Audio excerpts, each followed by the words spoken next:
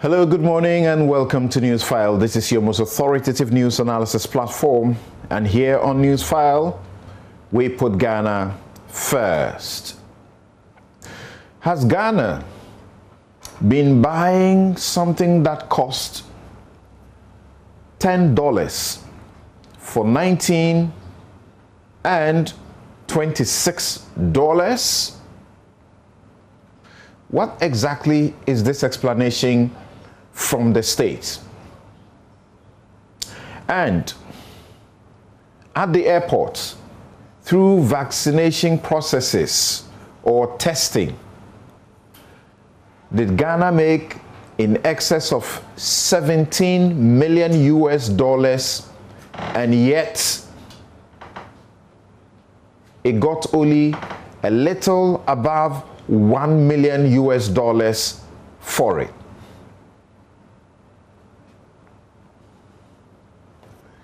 National security is getting a facelift, a new ultra-modern facility, and a new policy that promises to keep to human rights of suspects. Old wine in new wineskin. The Bank of Ghana is lamenting that it's been able to recover only 1.7 billion in the exercise that is spent 25 billion Ghana cedis, collapsing the banks. Where did we go? What must happen? And Parliament is seeking the Bank of Ghana's help to investigate some of these bank matters. The Bank of Ghana says, we can't help you. You are getting into illegalities. Is the bank right? We'll be right back to deal with the vexed matters.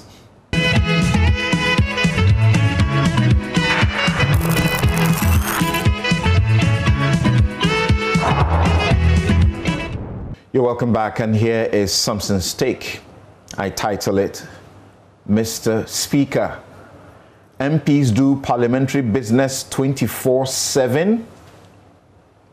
The Speaker of Parliament is very disturbed that people or entities are chasing MPs with their suits in the House, within the precincts of the House, while they are on their way to or from the business of the House.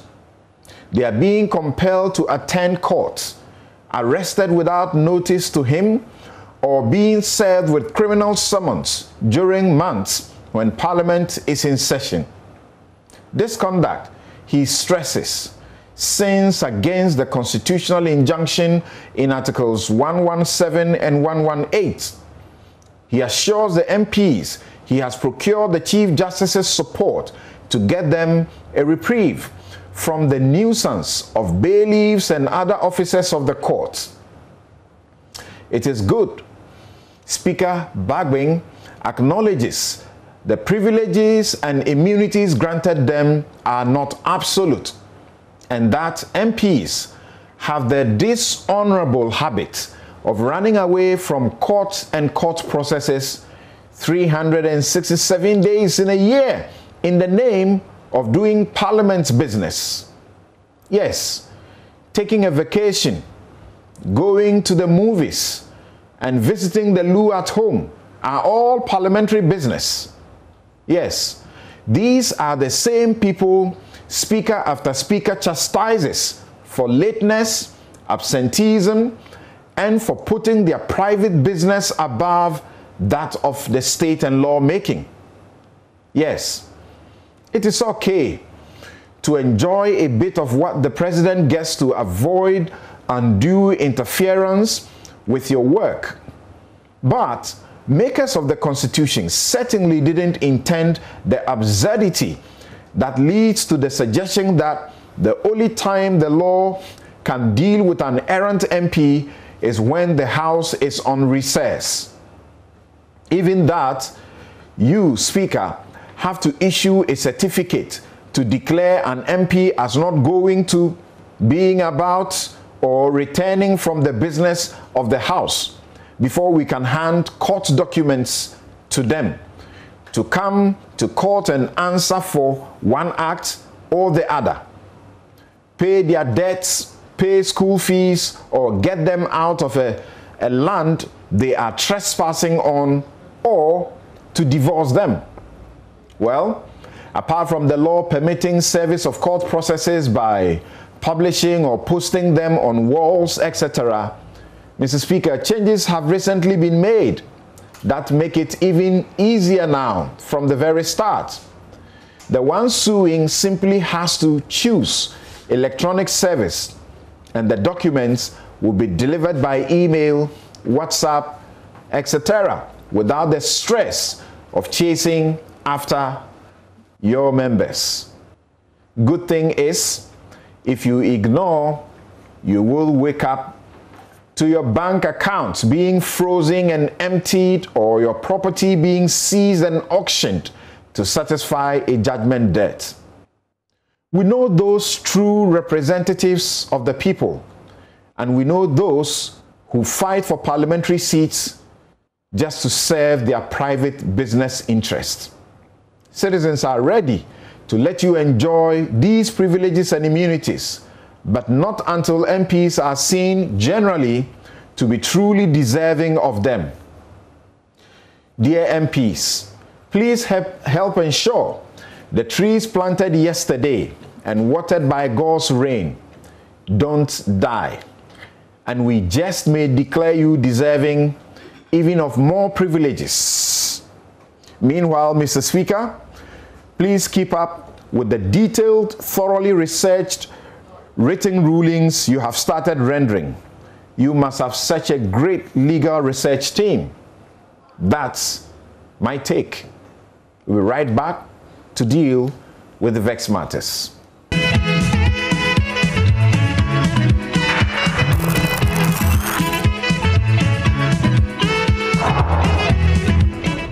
So our investigation mainly deals with how the Russian Sputnik vaccine has been sold through intermediaries in the United Arab Emirates to a number of countries, amongst other Ghana.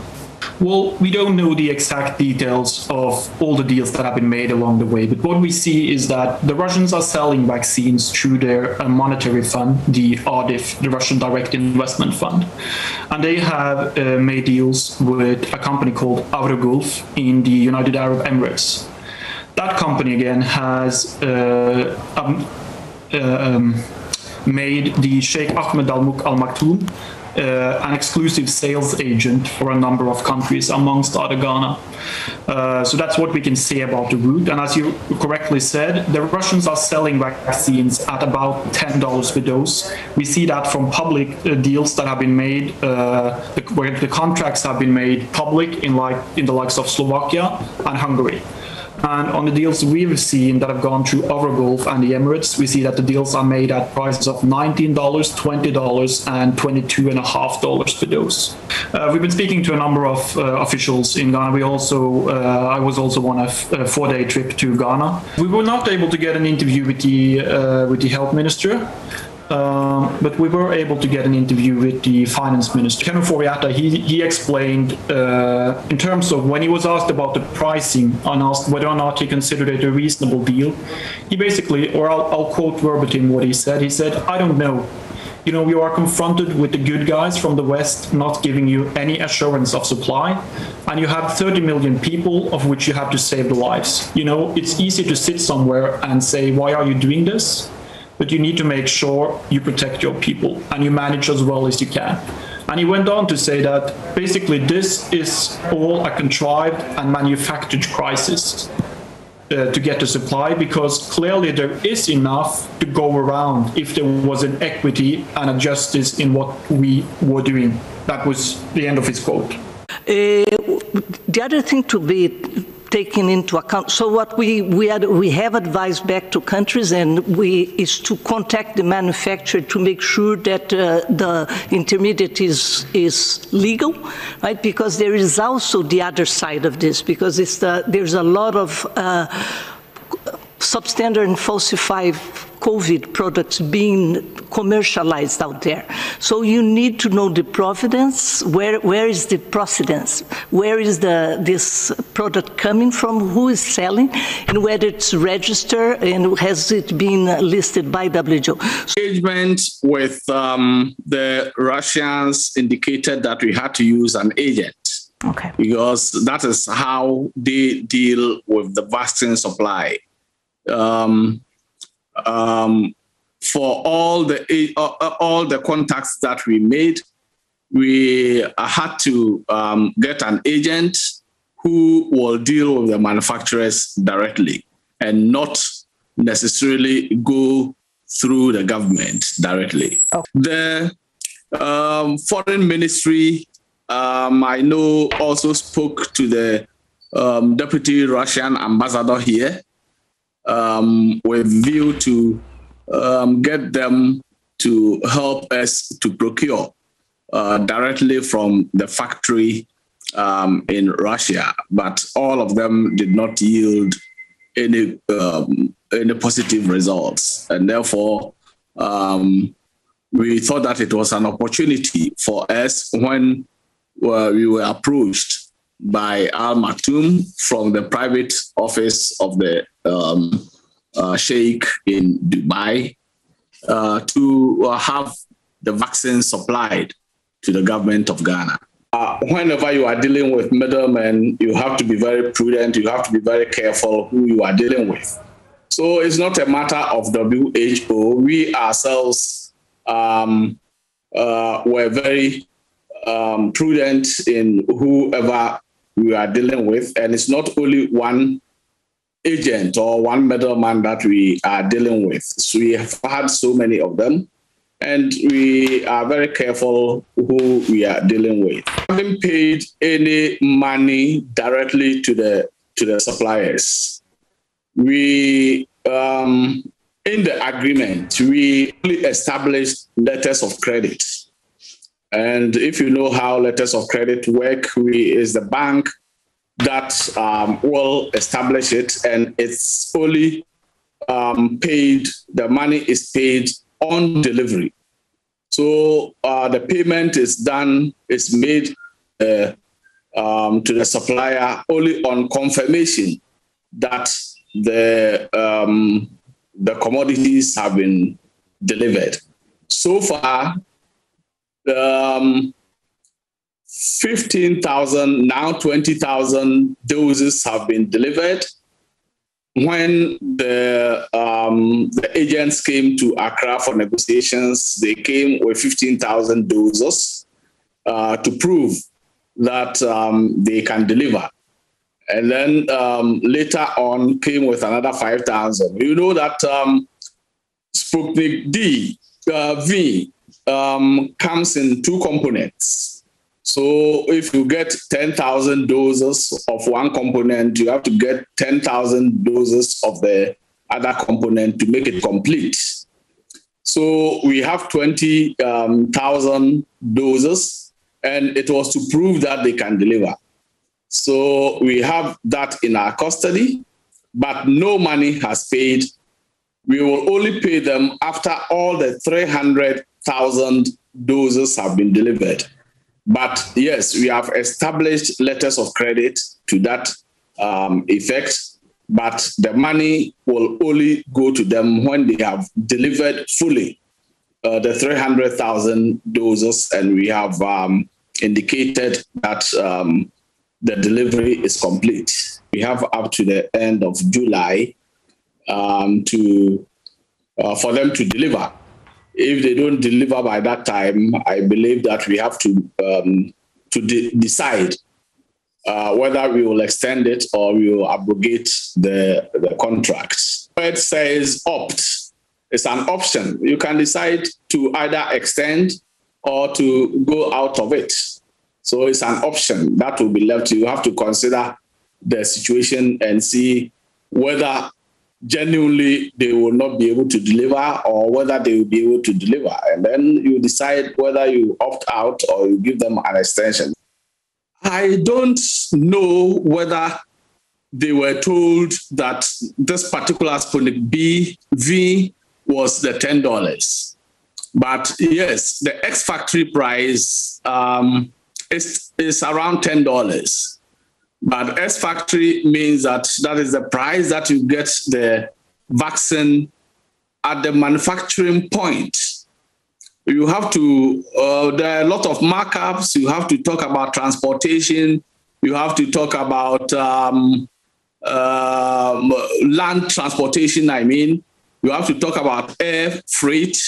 You have to talk about insurance and so many other costs that are added to it. Let us not also forget that because the agent is not a charity, they will also add a markup. And it's a market. You have to decide whether you want to buy it or not. And that is the dilemma in which we found ourselves. Either we buy the vaccine, because it is not only Ghana that has bought the vaccine at $19. And as we indicated in the release, the price was actually $25, and we sat down with them to negotiate to bring the price down. Okay. So it's up to you to decide whether you allow the people to go without vaccination or you buy it and vaccinate the people with it. Right. So you have been listening first to the Norwegian investigator or journalist that brought up the issue first off. That is the VG newspaper. And then you have heard also Kwabena Boedu Oko Afari, who's the Chief Director for the Ministry of Health. We get to the phone lines right away to talk to Kwame Sapong-Asiedu, to Zoom to talk to Dr. Kwame Sapong-Asiedu, who is pharmacist and fellow Ghana Center for Democratic Development, CDD Ghana. I welcome also Kofi Bentil, lawyer and senior vice president, Imani Africa, on Zoom.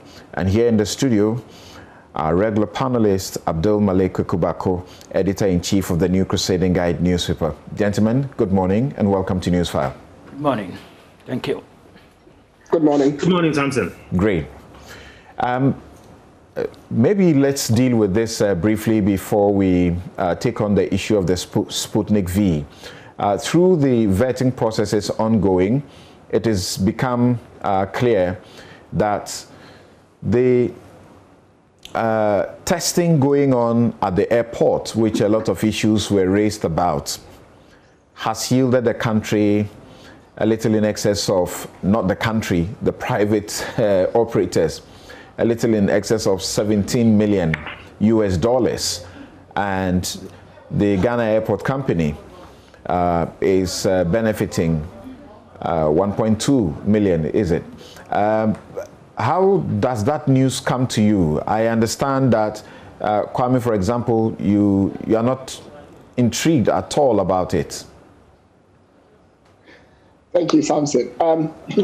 You see, you rent your house to somebody. The person comes to live in your house and is getting 85% plus, and you are getting 15% or less. The first question you ask yourself is, what sort of contractual agreement did I go into as a landlord? That, for me, is the biggest question you need to ask. Then you would realize that at the outset, there were questions asked by so many people. I think Kofi Bentil even asked a question about the $150 that they were charging per test. And it was defended to the latter until ECOWAS dropped it for ECOWAS citizens to $50. Even at $50, look at the money they've raked in and ask yourself, if you were the landlord, Samson, and going into a contract, you would be happy with this sort of arrangement. I know people would make their arguments around the logistics, the equipment they've put in, XYZ, that they are paying rent and all that. But even if you put all those together, I would be disingenuous if I said I can understand why we are getting such a low return. And for me, questions have to be asked. And as we go into this conversation, that brings into question the bigger issue of how we have conducted our COVID contractual arrangements. Yes, it's gone well, but we need to look into it to find out if we can learn anything so that moving forward, if we have to go into such contractual obligations, we learn. Because obviously, I am not intrigued at all. I think you said the tone right, that this is clearly a question of landlord and tenant. So all the airport company did was to rent its premises to the Frontiers Health Services. And that's all there was about it. The equipment that were put in there, the drugs that were used for the testing, everything was done by the Frontiers Health Services. So if they make $17.3 million US in between September and December 2020, and you are getting $1.1 million, why should you have any issues of complaints? You are just a landlord. You just rented out your premises. Samson, we need to look at this beyond just renting it out. As the landlord, you have an economy to run. That barrier you are putting in becomes a traveling barrier, which is a barrier to access to your economy. So therefore, you are constraining travelers because you are encumbering them with an extra $150 that hitherto they wouldn't have paid if they were supposed to come into Ghana to transact business. So if your economy is going to be challenged based on that step, it behoves on you that you would accrue some amount in lieu of the pain the economy is taking. So I don't buy the idea that we just rented it. And that's why I'm saying that then you're telling me that the landlord didn't know the gravity of the problem he was dealing with. Because if he knew the gravity of the problem he was dealing with, and the fact that this was a barrier to travel, it was a barrier to access to our economy, it was an inconvenience, so to speak, in a pandemic, he would have looked at it and said, yes, I know you are bringing in biosecurity, which is strictly what they are doing there to ensure that they can identify people who are positives and exclude them from the general population. But as much as you do that, you shouldn't exceedingly benefit from it at the expense of my economic constraint. And I think that is the balance that I'm not getting a feeling that was done. If you just tell me, oh, it was just rent. Right. Kofi, what do you say? What's going on? First, people are raising issues with what they suggest will be the unconscionability of the cost in the test, which was raised long before now, and suggesting that some people have sought to benefit from the pandemic by this process. So we know within a very short period, as much as $17.3 million US was made. Oh, Samson, like my brother Kwame said, I raised those issues. And I remember saying there is nothing that can be used to justify that cost. Subsequently, they reduced it. The fact that they could reduce it meant that that cost was arbitrary. And there were so many other issues. And it is not a classic landlord, and tenant case, although that fits in a certain sense.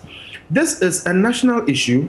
Government makes a policy, and if there is some benefit to come out of it, and we don't have to look at COVID as a means of benefiting, especially from a government point of view. But if there is some benefit, you use your institutions and use it to build your institutions. And we had institutions like Noguchi, we had a couple of them.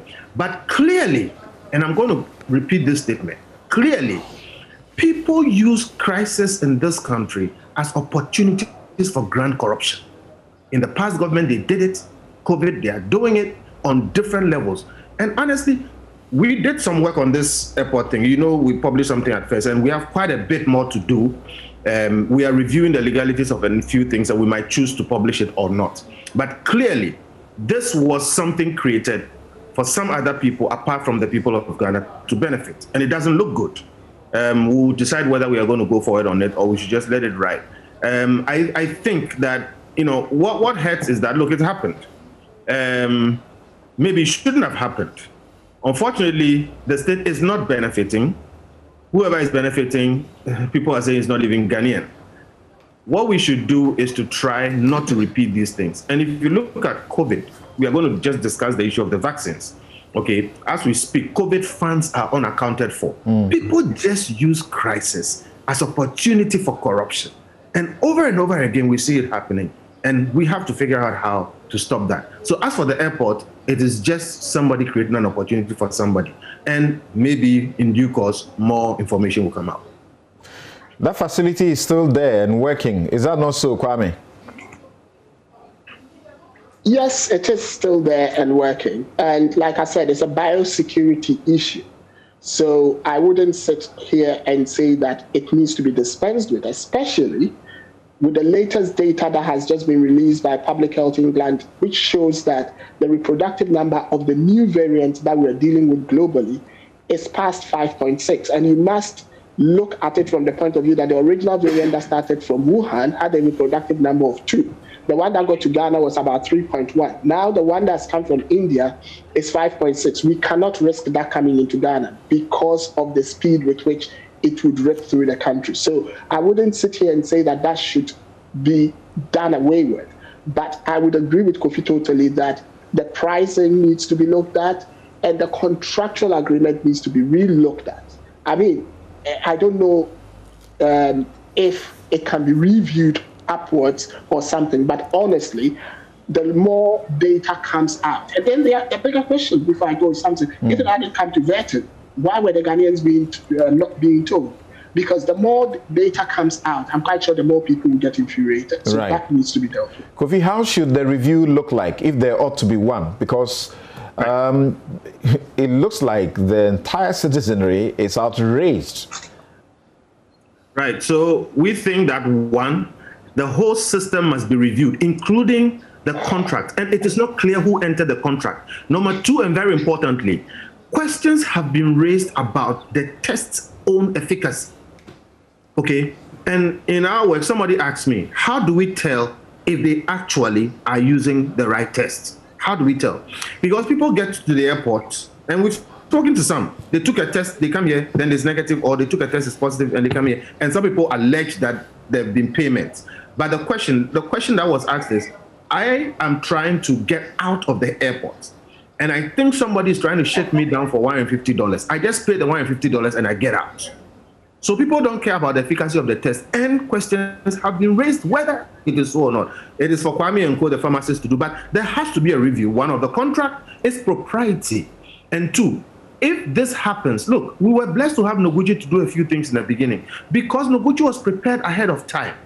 And if we have a situation like this, we use it to strengthen our institutions. Kwame is talking about the new virulent variant. Okay, are we prepared? Things like this help us to beef up so that we can take care of ourselves. If these people pack up, leave the country, we've lost all the institutional wisdom that would have come from that testing regime, etc. And somebody must justify to us why we should outsource this thing the way we've done. Okay. And set huge benefit to those people and clearly a disparity in benefit to the country. Right. Yes, Kuku, what would you have to say briefly about it? Kofi Bento talks about people, using the pandemic as a conduit for corruption, and the world over questions are being raised about such a situation. And then he mentions that those people are benefiting, even though people still are running suspicions that this is a clear case of something that's been cooked up and some corrupt deal going on. Well, I think we know who entered into the agreement. That's no longer a mystery. The airport company with the Frontiers Health Services. That is public record. So I'm not. It took about 4 or 5 ministers, even of cabinet level, to go through questions without knowledge of what was going on? Well, the appropriate minister answered the question eventually. That was the transport minister. I think some of those questions were misdirected to people who did not have to answer that question or may not have had information and knowledge about it. But at the end of the day, as we speak, we know it's public record as to who entered into. What do you see about the concerns being raised on the back of the $17.3 million made and the $1.1 million that I made a point I made in reaction to that's right. That's right. For the public, we need to clarify that as at now, we know who entered into the contract. So that's not an issue. But the new issues are what you are now asking me to address. See, and Kofi made another interesting point. He talked about Noguchi. I've been asking myself, at the material time that we were entering into that agreement in order to procure that facility or service, did we have an alternative local capability institution that had the requisite capability and capacity to do so? Yes or no? If we didn't, was it also possible to have done the arrangement in such a way that a local entity, in this case, everybody will mention Noguchi, to be part and parcel of it so as to learn, take the lessons from this foreign entity, external entity that may leave one day and not be here permanently, so that would have been enabling and empowering Noguchi. I have to get answers to those things. But right now, it was purely a rental thing. I remember the Ghana Airports Company, actually they went to the PPA to seek approval for that rental facility agreement. And the PPA told them, though, because it's rental agreement of a sort, you can go ahead, you don't need our approval in order to do that. Now we are being told that you can go beyond the rental thing. And I agree, because if you look at it within the larger context of our economic drive, then the issues about how do you do this arrangement in order to empower your own people in order to move forward. If it's the money, let's interrogate. Was it value for money in terms of the rental agreement for our country? If not, why not? We can subject those things to analysis, but clearly we are confronted with an emergency as at now. If we, in the absence of a local capability, we may have to continue using this agreement subject to possible review. In principle, I have nothing against the call for a review in order to see if we can make more money than we are making at this stage. All right. And that's Abdul Malik Ukubako's views there. This show is brought to you by Bank of Africa, as strong as a group and close as a partner, MTN everywhere you go. Ashasi University, educating ethical and entrepreneurial leaders for Africa. DBS Industries, Robert & Sons Optical Services, seeing is believing. We lead. Home is where you start from. Star Assurance, that is your solid partner.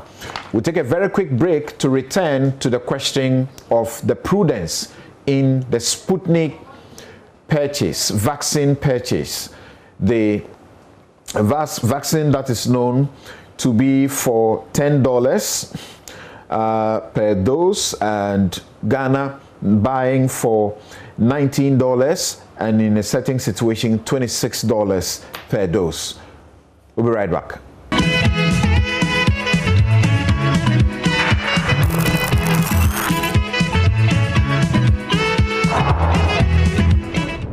Yeah, welcome back. This is Newsfile. It's your most authoritative news analysis platform. And let's return to Kwame Sapong-Asiedu and Kofi Bentil on Zoom.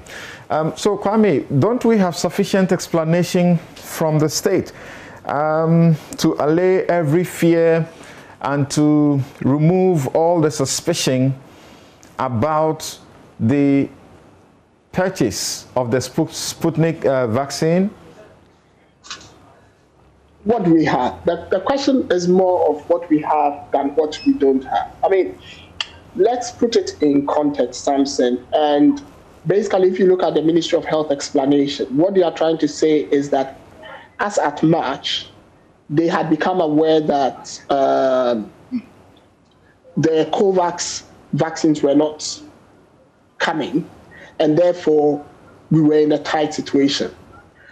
Some said before March, I had sat on your program in December, I had sat on it in January, I sat on it in February, and I had shared correspondence with you about the Indian government and the impediments they were putting in the way of Serum Institute of India, and the fact that it was going to affect the vaccine supply chain. And therefore, for me, to tell me that you got to know in March is a bit of a red herring. That is the first thing I'd want to place on record, because these are recorded tapes that Joy FM have, and I've spoken on other media houses. There are some that I've even shared with Kweku Bako, and he's aware in private, because we WhatsApp quite a lot. So they couldn't have, it didn't come in March. Then the next thing I want us to clear is that we're being given the impression that the Sheikh approached us. I have correspondence which I would share later, but for obvious reasons, that shows that a minister of state actually wrote to the Sheikh on the 18th of February, with the Sheikh responding with a letter on the 19th of February to say that if you are interested, then I would make myself available. In that letter that the Sheikh used to reply, there is a Ministry of Health reference number for their letter that they sent to the Sheikh. So that's also not in dispute, and we would come to that later on. And the next question is, we're being given the impression that the Russian Development Fund only deals through middlemen. I want to place on record that that is also not very accurate. They deal through middlemen, yes, but I know of Slovakia, which has done a direct contract with them. I know of Hungary. I know of Czech Republic. I know of Brazil. I know of Guinea in Africa, who've done direct contracts. And in fact, it's instructive to know that on Thursday, Joe Biden, the president of the United States, said that Russia, and particularly Vladimir Putin, was engaging in vaccine geopolitics, and that the US was going to respond, leading to the US moving from 80 million doses to 500 million doses promised to COVAX.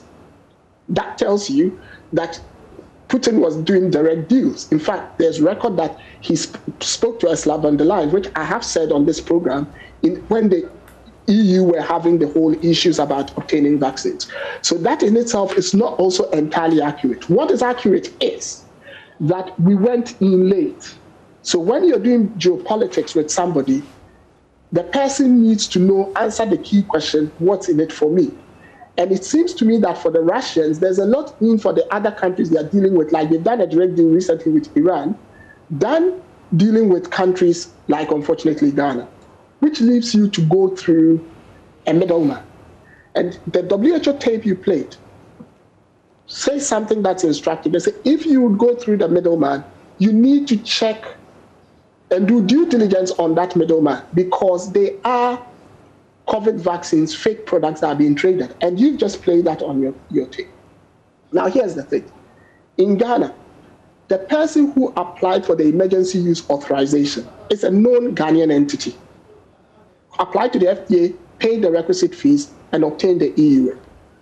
I have done my checks with this person, and there's no contractual obligation between him and Sheikh Maktoum.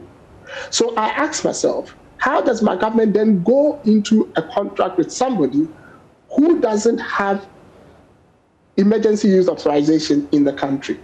More importantly, if you look at the contract, it says that if we buy the vaccines and we use it and anything, they are absolved of blame. So then it brings me to the next question, that if there are Ghanaian companies, and the other contracts that have come out that Joy have put out, I've seen one from SL Global and all that, who are prepared and are also middlemen to bring in the products, and are in the country, and should something go haywire, can be held responsible because they are Ghanaian entities. Why are we dealing with this person from Dubai? Then finally, I'd want to end that this person is the same person who came into Ghana with Ameri. His two conduits are one person who's been a fugitive from justice in Norway for 10 years, and an ex-convict in Norway who's moved to London. How on earth is it that you know that these are the characters you're dealing with? And we knew that as far back as February, Transparency International had flagged their dealings in Pakistan which is still under investigation because they had fleeced the Pakistani government off. Why would you even go into a contractual obligation with such a character? In the end, they've defaulted on all their 3 dates that they have to deliver. People are making the argument that, when they came, they brought 15,000 doses to show that they could deliver. If you check, the 15,000 doses they brought were not matched pairs. Anyone who knows the Sputnik vaccine knows it comes as 2 unmatched pairs. So not like the AstraZeneca where the first dose is the same as the second dose. There are 2. So if someone is bringing you 15,000, it should be 7.5, 7.5. They brought 10 and 5. So at that time, we couldn't even use it. It was later that they brought the remaining 5,000. Was that also not a red flag? So I look at the contract and I look at all of the things that I'm finding out now, and I ask myself, did we really do due diligence? I'm not even yet coming to the costing because I know we'll go there. Yeah. But the picturesque of what we're dealing with, you understand me, the optics looks very murky. All right. For me, that is the biggest thing. Okay, let me get Kofi Bento's thought and return to you on the question of the cost. But you had mentioned Ghana approaching the Sheikh with a letter of 8th of February. You meant to say 18th February, correct? Yes, I said 18th. You probably heard 8th. Sorry, I thought I heard 8th rather. Because I am aware you have the letter as well. Right, because they replied on the 19th of February. On the 19th. Okay. Yes. Yes, Kofi. And so that defeats the whole theory that he approached us. Okay. Yes, Kofi, let's hear you. Right. So Kwame has said quite a few of the things that I wanted to say, and they are very important. We should note them. I'll try and go around those ones and say some of the ones that maybe he hasn't said. In the first place, look, this is terrible optics and sloppy dealings because it's government to government. It must be at least government to government or government to recognized entities. We have our government admitting to dealing with people with non-criminal track record. How is that possible? Okay, and like he said, those of us who worked on Ameri, we can detect some of the names over there. And please, even we, with all the security arrangement we don't have, know that these people use the office of the Sheikh when indeed Sheikh Maktoum has no interest in most of the things they do, and they are just using his name to do shady business, and it's happened over and over again. So how do we get into a situation where we pretend we don't know? Okay, that really worries me, that our government is prepared to deal with underground characters who have international criminal records or are wanted across internationally for criminal stuff. That is one. Number two, these entities, again, Kwame said, where is their registration? They have zero bona fides in terms of their track record for dealing in pharmaceuticals, more so vaccines, of recent invention is zero. And like Kwame said, they brought a few samples of something, and the pharmacists will tell you that those things were totally useless because they can't be applied on anybody.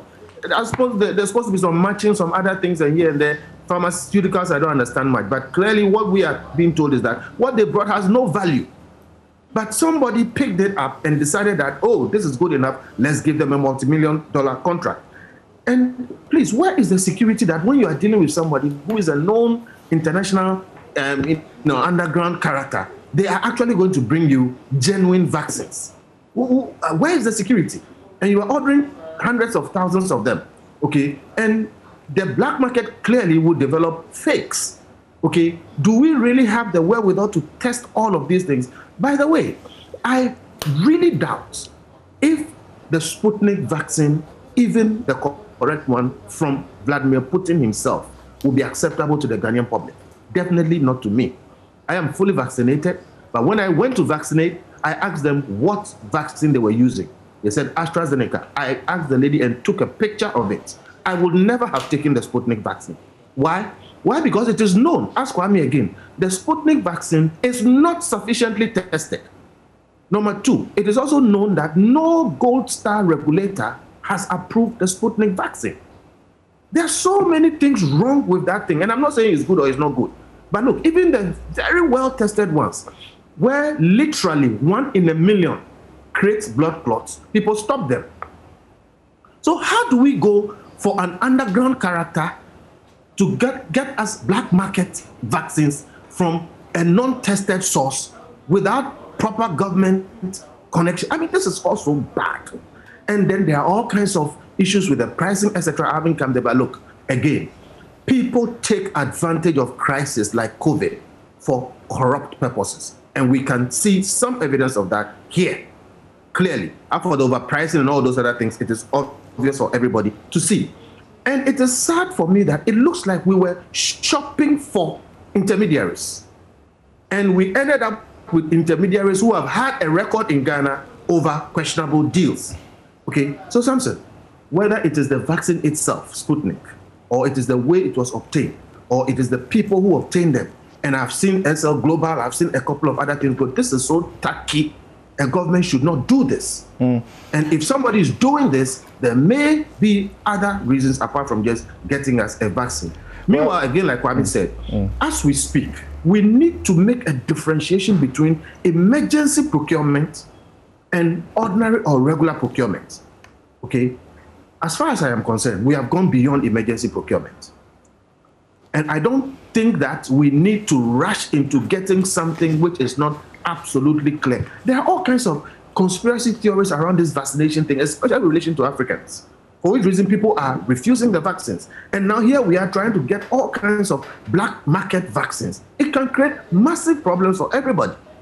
Okay, already the UK has announced that they are procuring millions of vaccines. The US has announced they are procuring over 500 million, 500 million vaccines for COVAX. Already, the US is going to give away some of those vaccines that they were going to use.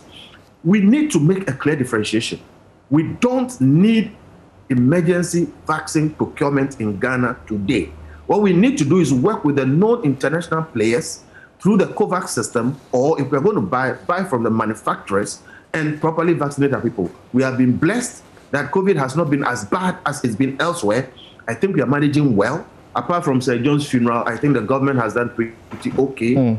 This should not be allowed to go to. Nobody should be allowed to profit from the death and pain of people. Right. And you mentioned Sir John's funeral and the attendance to that.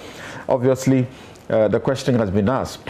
There are basic things we can do so that we don't need to spend on vaccines. And we are not doing the basic things. What doesn't cost us anything?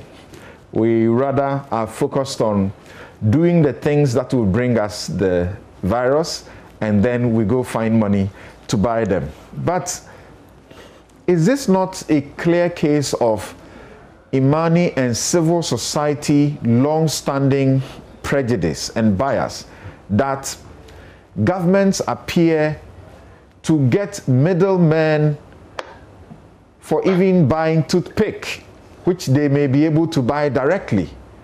Otherwise, hasn't there been, communication to suggest that this case, we clearly didn't have an option than to use a middleman instead of the government-to-government approach? Well, the contrary are rather, obvious. In this case, we did not need or have to use a middleman. And middlemen are very unreliable. And in this particular instance, it has been proven that they are very unreliable. Now, in the best case scenario, assuming these people were even genuine middlemen who could get you a vaccine, who does that? Which responsible parent will go to a black market to go and obtain life-saving medicine for their sick child? Which responsible government will go to the black market, deal with shady underground characters with zero track record in these areas, who presented things that don't work, cannot work, and give them more than the normal price, bypassing the regular routes to get vaccines for their people? Who does that? Okay, Kwame. And clearly, when the people have not shown that they can produce or deliver better than the regular system. So look, civil society usually will come in when these things are so glaring. You see the airport case. Look at what we are looking at. And when we started talking, these were the things we were pointing at, that we will end up enriching other people at the cost of our own. And this is what has happened. Here we are again. We are saying that, look, this looks bad. It should not happen because people can die.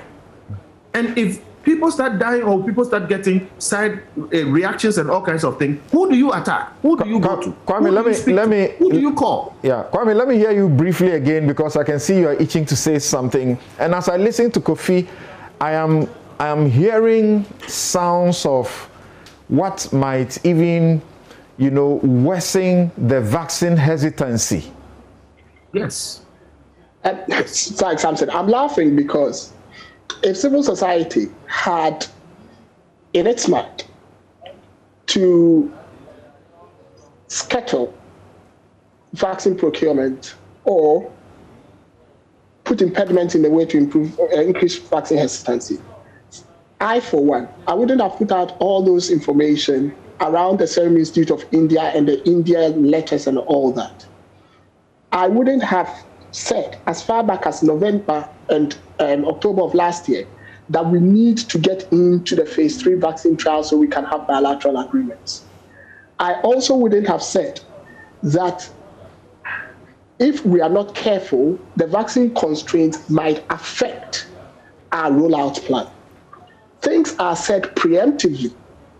Some people feel you say it because you want to tell people I told you so. No, that's not how civil society works. It is said preemptively so that you can change course and get things right. And that was why in my first submission, I reminded people of all these things and said to write in that letter that you only found out that they couldn't supply on that date was actually incorrect because these things had been said on these dates on these programs. So wherein then lies the fact that there's an issue with a middleman. I have said today on this program that even if you have to deal with middlemen, even though the WHO frowns on it, and I tilt on the side of the WHO because I know the processes that go into global emergency use authorization issuance. But I've said, even if you do it, we should use a local middleman. How, in any way, when I have made my choice that given the opportunity having to use middlemen, at least I'll go with SL Global.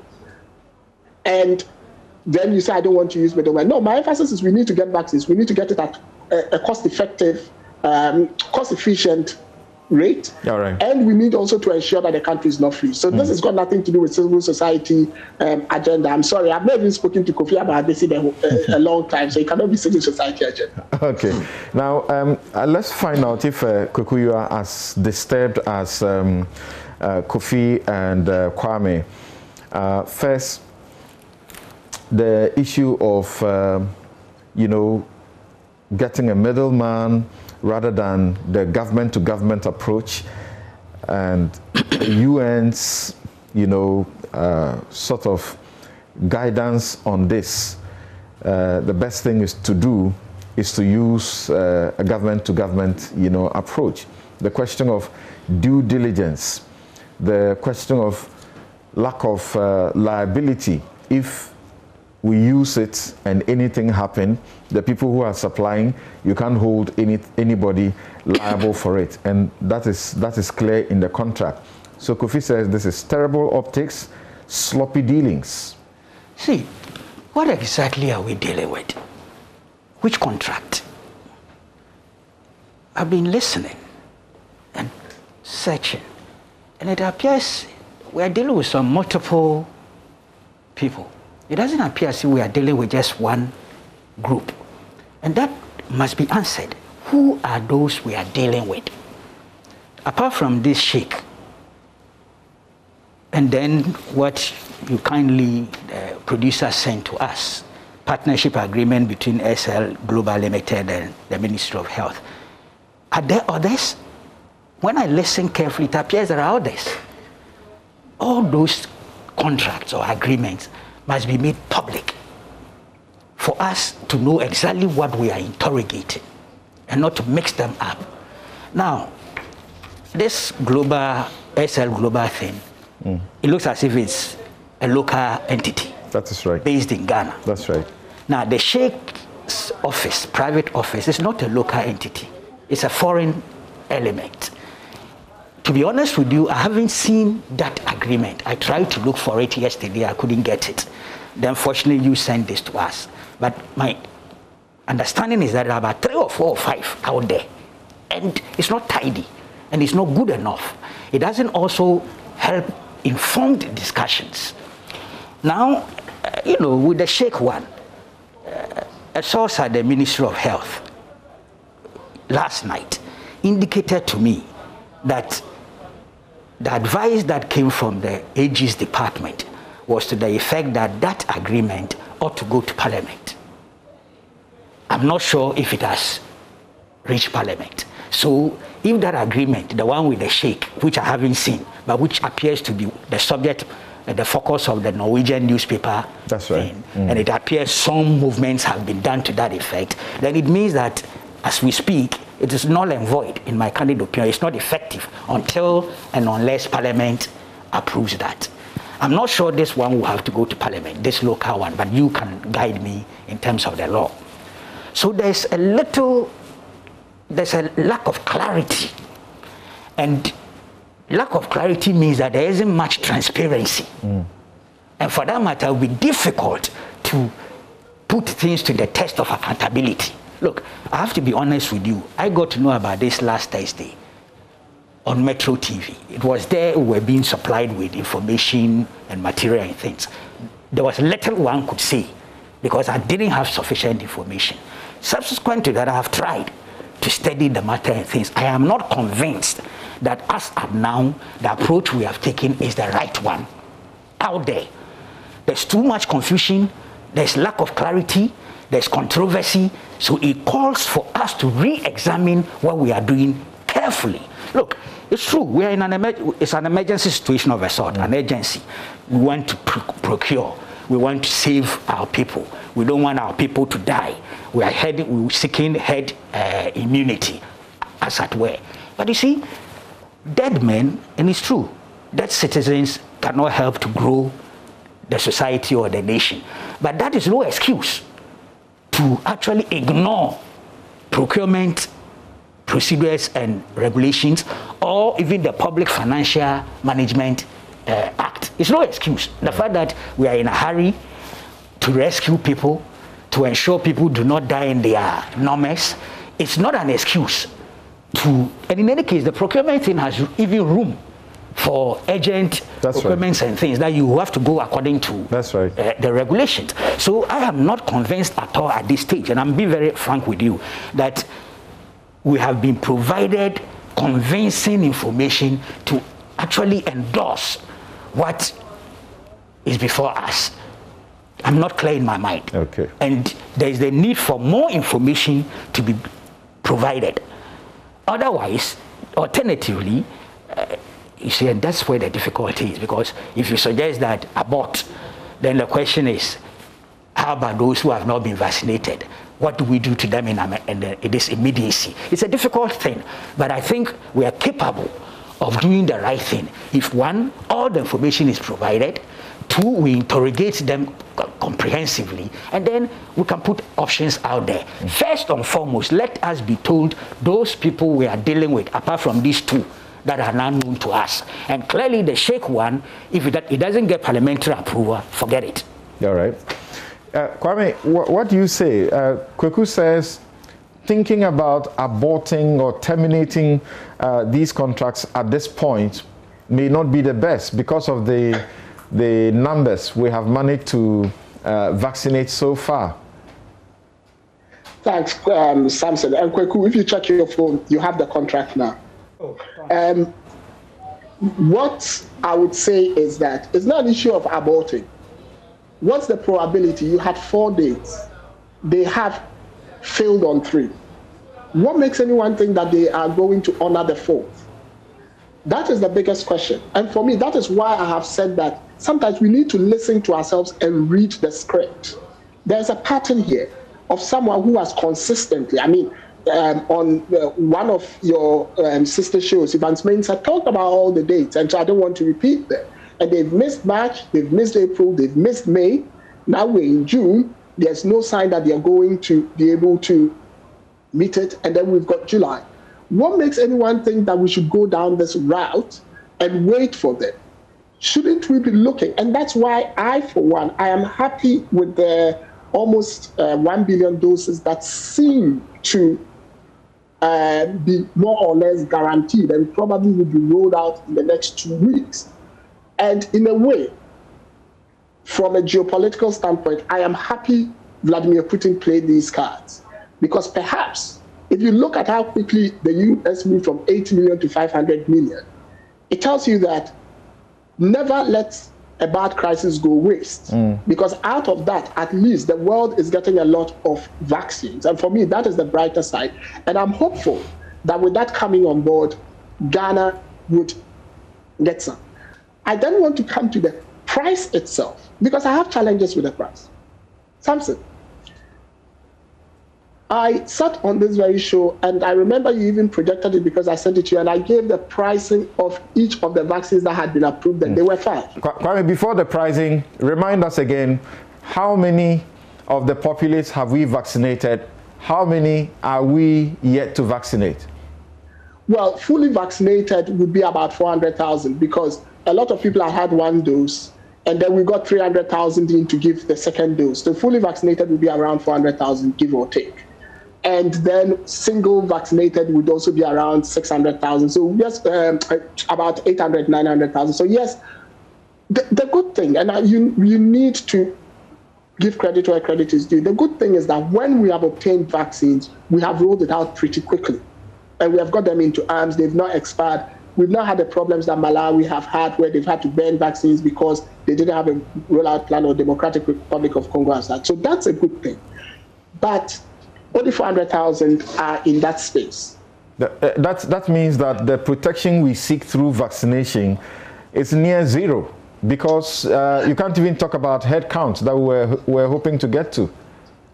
It's not near zero. The more that remain non-vaccinated, the higher the risk to those who have been vaccinated. Yes, I know that. But what I'm saying is it's not near zero. We need to bear in mind that these are the amount of vaccines we've gotten. And you can technically say that of all the vaccines we've gotten, we've managed to use about 98, 99%. So that in itself is a phenomenal achievement, because vaccines generally, there's a lot of overage on it. But the truth of the matter is we have a long way to go. Okay, talk about the cost. Well, the cost at manufacture is $7.5. Then ex-factory is $9.96, $10. I am aware that Hungary, Czech Republic, and others had it at $9.6 by bilateral agreement. And we have evidence as well that Brazil had it for $13.5. But all the contracts that have been seen with this shake globally are $19 and north of it. What is in his build-up or his logistics that takes us to this huge markup? I've heard people try and make excuses about it, but if something costs $10 and is a product that is coming into our country with a middleman, would you, if you were purchasing it in true conscience, pay another $10 for the product, even in a vaccine-constrained environment? So sometimes when we are having these conversations, I understand that this is a businessman, he would want to make profits and all that. I have seen the SG Global contract, for example. They started at $26, but they had said that they were giving the country 3 years grace period because they felt the country didn't have money. It's in the contract. But then they've revised the contract afterwards to come to $18.5 with a 1-year grace period. And I'm aware that they are even thinking of coming to $17. The question I ask myself is, that tells you that there's a lot of movement on the price that can be achieved. So why are we not leveraging our national sovereignty? Yes, we have all these issues around, we couldn't get in early and all those things. But like Kofi said, at this point, we are not in an emergency. We need to be realistic. And like I always say, level up with the Ghanaian, tell the Ghanaian what the vaccine-constrained environment looks like. What are the challenges? What do you propose? Do we completely abrogate these, halt them, particularly now that we know that the US has a lot of J&J, millions of them that they are going to ship to us, as in the world, and they are seeking to get more to help COVAX to be able to distribute? I wouldn't say abrogate, and I'll tell you why. Like Kweku said, I've also done my checks, and this had to go to Parliament. This needs to be, you see, Parliament is the body that holds the executive in check on behalf of the citizenry. This needs to go to them. They need to get to the bottom of why we got here in the first place. Questions need to be asked. If you just say abrogate, have we learned anything? Will this happen again? We've previously been talking about the airport contract. You don't just go abrogating things. As a country, we need to learn. What did we learn from Ameri that we went to deal with the same sheikh? It tells you clearly we are not learning. And for me, the learnings are more important under these circumstances. Even your parliament with almost equal numbers, still the minority will have their say and the majority will have their way. There's nothing that comes from the cabinet or the executive that is bad in the eyes of the majority. Never.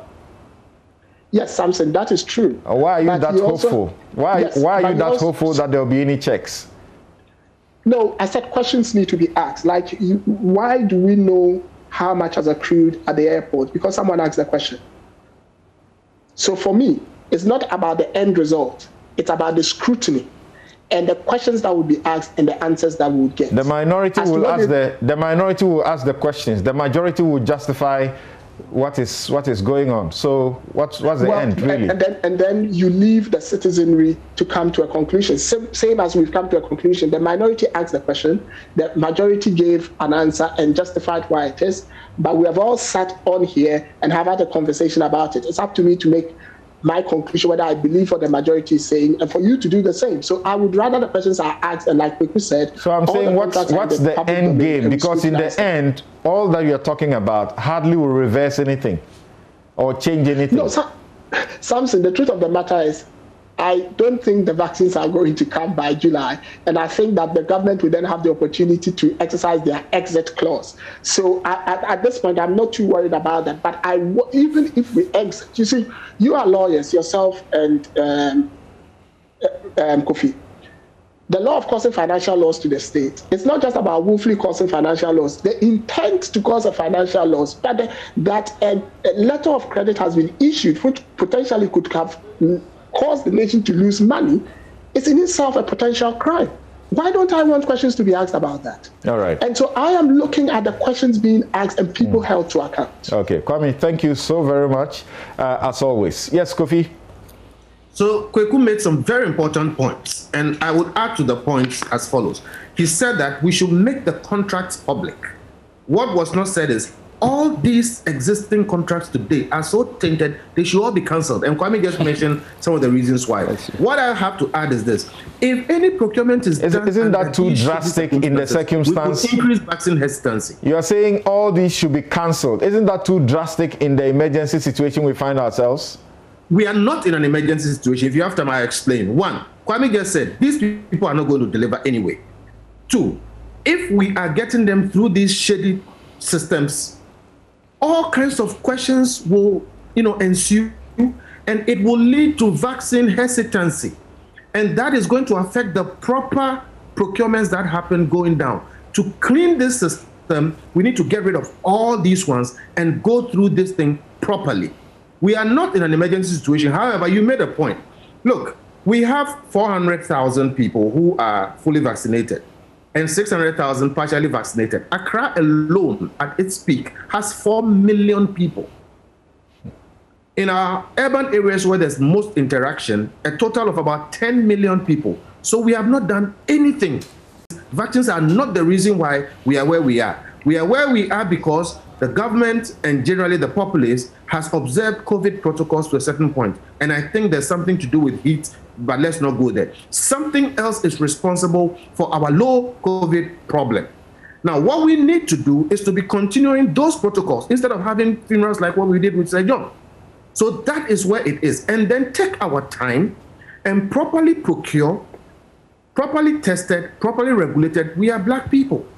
And we have all kinds of issues with people bringing us vaccines. We know the case of polio, Kano, and I don't want to go into all of that. We need to be extra careful because of all those other issues. So in short, there is no way any of these procurements going on right now will pass muster. They are flawed on several levels. We should get rid of all of them and then properly go through a process that engenders public trust in this whole arrangement. There are few times when haste is totally unadvised. One, when you are getting married or picking who to marry. Two, when you are cooking beans. 3, when you are using the loo, take your time, do the paperwork. The 4th is pharmaceuticals. Coffee. You don't take an overdose because you are rich or you are in a hurry. Take time, do it right. Otherwise, everything is going to go bad. So we should take the advice coming from Kweku. Clear this table. Let's do it well. We are not in an emergency. Something is working for us. The protocols. That is what we should continue. What is working for us? What is working for us a lot more? And make sure that whatever we plan here is the proper thing, so we don't get the hesitancy. What is working for us a lot more is providence. That God is saving Africa, not observance of protocols. We are doing well. You don't agree? Well, I agree, but at this level or on this forum, I'm not going to go into the issue of God. I believe God is who is keeping all of us. All right. But the truth is, whatever we are doing, let's continue doing it. Protocols, clear. All right. Thank you so very much. You have a comment or two to make before we go for the break?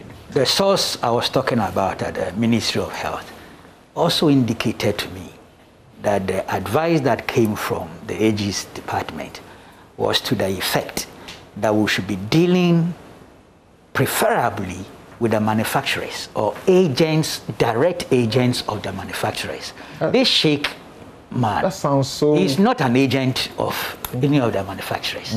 So really, even though there's an urgent need for the provision of those things, I'm uncomfortable with this whole option of dealing with just any Tom, Dick, and Harry who comes from nowhere and who suggests that I can provide. Okay? It's wrong. The government-to-government negotiations, I'm also disappointed it didn't produce any positive results. And that surprises me a little bit, you know. So, to be honest with you, I'm not comfortable. This whole thing is untidy at this stage. We may be able to tidy it up if we focus. But otherwise, at this stage, I'm not convinced that we are on the right path. Well, questions that come up.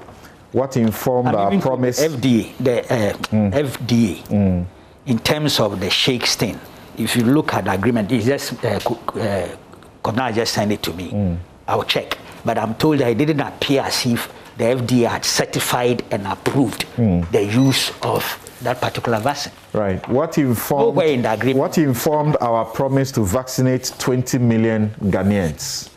Question that needs to answer. That needs answer. Is that promise matched by budgetary allocation? Very important.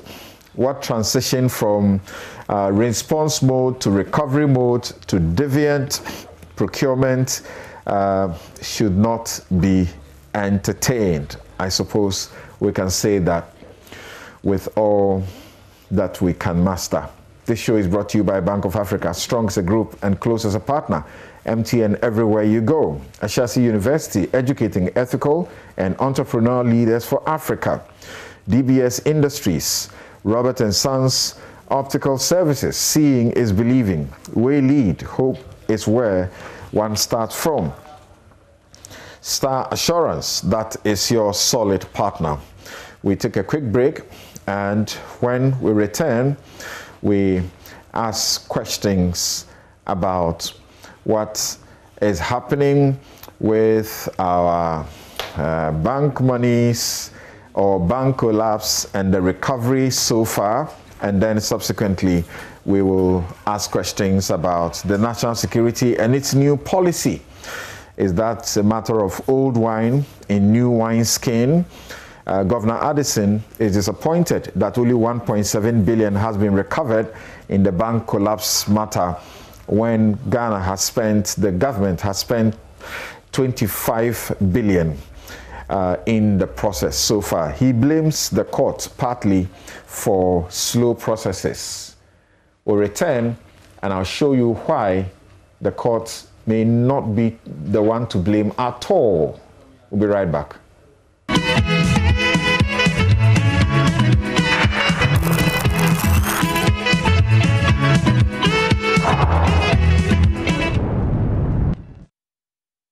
You're welcome back. This is Newsfile. It's your most authoritative news analysis platform. And here on Newsfile, we put Ghana first. Some of your messages. Yakubu Ibn Chamba says that in as much as the government wants to score geopolitical points in terms of good governance, it is important that best procurement practices are applied internally in that regard. The government has options in the vaccine-constrained global market, and there has to cut the coat according to its size, according to its cloth, you meant, under the current circumstances. Well, Kweku has been talking about advice, you know, that was giving the ministry in the process, and I can't believe that advice was not followed. What best advice can you get beyond that? Deal with manufacturer. If you can't deal with government to government, get to the manufacturers. If you can't get to the manufacturers, deal with those who are connected to the manufacturers. This sheikh, what is this? Where is he coming from? Okay. AJ Nyavo John says, we got AstraZeneca vaccines for free. In attempt to buy some on our own, see all these corrupt issues coming up, all because someone wants to make 10% cut. Dr. Charles Rekubrobe says, the only emergency we are in is how to get second jab, okay, to 60,000 first jabbers, okay. Freights McLean Jones says, majority of Ghanaians are not willing to take the vaccine.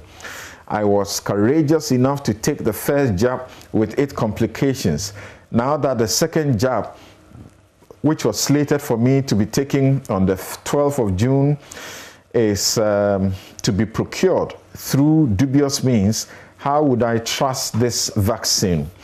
You got AstraZeneca. That's AstraZeneca you will get, not Sputnik, I think. Collins Little Tete says, it is absurd and with all sincerity for a vaccine to be bought through a middleman, and the worst of it all, to buy it double the price. Wow, clap for Ghana. Digura Batinas says, the same lawmakers and law supervisors are the same people breaking the law they make. We cannot plead for novel COVID-19 vaccines from donors when we are promoting the spread. No reasonable donor will accept your plea. Let's apply the laws equally. Fix the country.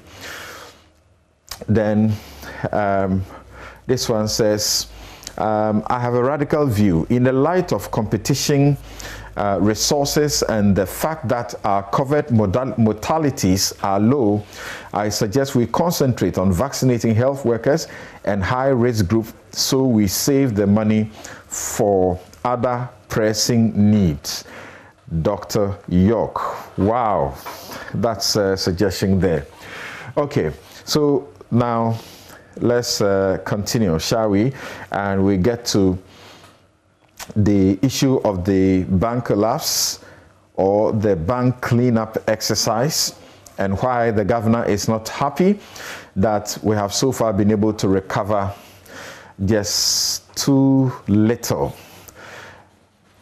Joining us to help us with that discussion, Dr. Richmond Akwesi Etuahene, banking and corporate governance consultant.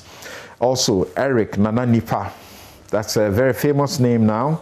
He's director, PricewaterhouseCoopers, receiver, 347 microfinance companies and 23 savings and loans companies, and joint receiver, UT Bank Limited and Capital Bank Limited. Of course, you also know that matters have gone to Parliament from UT and Unibank, and the Bank of Ghana, through its lawyers, Benchi Enchel and Ankoma, have issued, a response. They have declined attending to Parliament or assisting them and telling them in the face that what they are seeking to do is to overreach the courts, which are dealing with these matters. Gentlemen joining us through Zoom, thank you so very much for making the time to join us. Thank you. Great. Thank you very much. Let's listen to Dr. Addison and the things he had to say about this issue. Recovery of the banking sector and the cleanup. I think you wanted the data, right? The data on how far. I have had a lot of data this morning. I think we should make this available to the press that is here. There's a lot of detailed information on the recovery, 1.7 billion so far recovered. But you're looking at total assets of over 10 billion. So really, we are very far. 25 billion. 25 billion, right. So if we have only been able to recover, just 7% of the work has been done, it's not very encouraging. And part of this problem, again, is what is going on in our courts. Things are not moving as quickly as one would have expected. So I would ask that the data on this cleanup is shared with those of you who are here so you can look at it and do the stories on that. Right. So if we may begin with Eric Nananipa, thank you very much for your time once again. You are responsible for ensuring practically that we get the monies back. The state has spent 25 billion and now we, the citizens, are being taxed with this burden to pay these monies through the banks. Why is it that you are failing in your job? Thank you very much, Samson, and greetings to your listeners. I need to make a point absolutely clear to you. As you rightly mentioned, I'm receiver for a couple of these reserve companies. That is the microfinance institutions, savings and loans companies. I'm a joint receiver with our country senior partner, Vish Ashiagbo, on UT and Capital Bank. And then, of course, I'm also associated, being PwC, with Premium Bank and then Heritage Bank. And of course, there's 39 microcredit institutions. These are the receiverships I have visibility over. Okay. I think I need to make it very clear to you. Thank you very much These for that. are the receiverships I have visibility over and for which I can speak to. All right. Very clearly, Bank of Ghana sits at the top, so they have a global view. But for me, regarding the data I have and the accounts I have taken over, if you look at the assets base, the net asset position based on the management accounts of these reserve companies at the date of the revocation of their licenses comes to about 11.6 billion cedis. So I can speak to an asset base of 11.6 billion approximately. Okay. All right. And out of that, let me also make it clear that based on the situation assessment exercise we conducted, as well as an assets quality review, we assessed that of the 11.6 billion cedis worth of assets, we should be able to recover close to 5.6 billion. That is based on our assessment of the state of affairs of these companies when we took over. And of course, of the 5.6 billion cedis, we have been able to recover 1.5 billion plus. All right, so I need to set this in context that in terms of realizations, for us it is 1.5 billion. So very well, I mean, Bank of Ghana Governor may mention 1.7 billion overall in terms of recoveries or realizations. But as far as PwC is concerned, that is, my firm is concerned, we have been able to recover about 1.5 billion plus.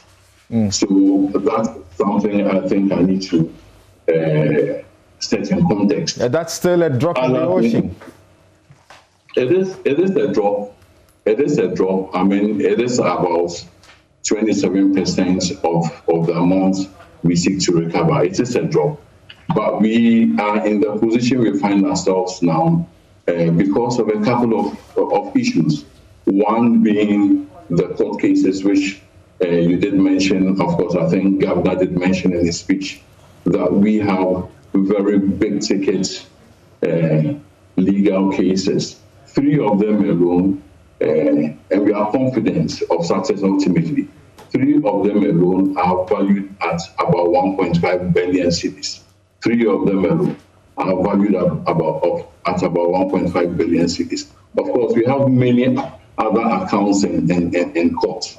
Okay, so that is one aspect. Second aspect has to do with the strategy we have developed, and that is asset tracing and recovery. We have entered into a collaborative agreement with IOCO, where IOCO is working with us to locate, trace, and recover assets that have been hidden, that resources that have been diverted. And we are very, very confident that given a successful outcome of this exercise, together with a successful outcome of the cases in court, combining them, I think the realizations ultimately will be significantly enhanced. So we take a view based on these considerations, and of course, at this point in time, 27% may not be a very good output, but ultimately, we are very confident that we would make a significant headway. Often when we have issues generally in the citizenry, it's very easy to blame the politicians, so we blame them, the media. We do that very often. When the Bank of Ghana governor says that, the court is to blame for all of this because of a slow process that is going on, I find that to be a bit cheap and unsustainable for a number of reasons, because I am familiar of a number of the cases. And I'll give you an example in just one of them.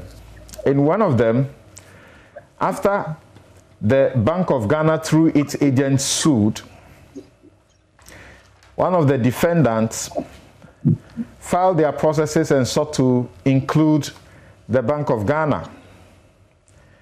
It took the Bank of Ghana over 6 months to be reacting to the processes and having the process go forward. So the court was not at fault. Eventually, when it was not successful at what it wanted to remove the Bank of Ghana from the process, it filed an appeal. That appeal was filed a year ago. It is only yesterday that the process has in fact been kicked to start, because the Bank of Ghana, which should be interested, went to sleep. And it has actually gone to the High Court to stop the process that is going on. So it has stopped it. And if the appeal would take the next 2-3 years, it means that process has stopped. Why do you blame the court? Is that fair? No, I'm not blaming the court. I haven't raised any criticism of the court. It would be dangerous for me to do that, given that I am in court as we speak. Okay, when I said you, I meant the governor. I didn't mean you, Eric Nananifa. I'm sorry. Well, I do understand that, but let's also get some facts right, Samson. I am receiver, and I am one, and Bank of Ghana is the other, right? So it would be very difficult for me to speak to Bank of Ghana related issues. I am receiver appointed to run with the affairs and conduct the winding up of these companies, and that is what I can speak to. Okay.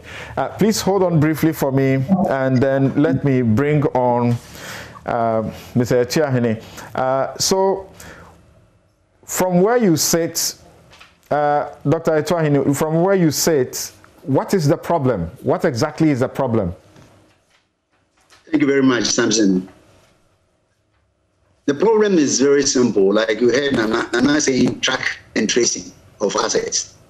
It takes such an unreasonable period to be able to track and trace the assets. And as you also said earlier, when Bank of Ghana was requested to appear in a case, it took them 6 months. So it's a myriad of problems that has prolonged or protracted this legal issue. And I think, like I listened to the first program, we don't learn from a lot of things that has happened to us. And I believe that we should begin to learn and ensure that speedy actions are taken. I mean, if it was in Nigeria, let me quote Economic Financial Crime Commission in Nigeria, when they were dealing with Mrs. Eburu, it never took 4 years. It never took 4 years. What is it that the Nigerians were able to do to recover and imprison? Why hasn't we been able to do? Is it because we have a different law? Or because the laws are not well explicit to deal with people who have actually caused, maybe I'll call it financial loss of 25 billion? And it's serious. And I think going forward, we must be serious about the way we do things. Other than that, all these things that we are talking about is not going to yield any resource, any effective result. 1.5 and 6 billion, and you're talking about 25. Add the two, even if it's recover 6, and add it, it's not half of it.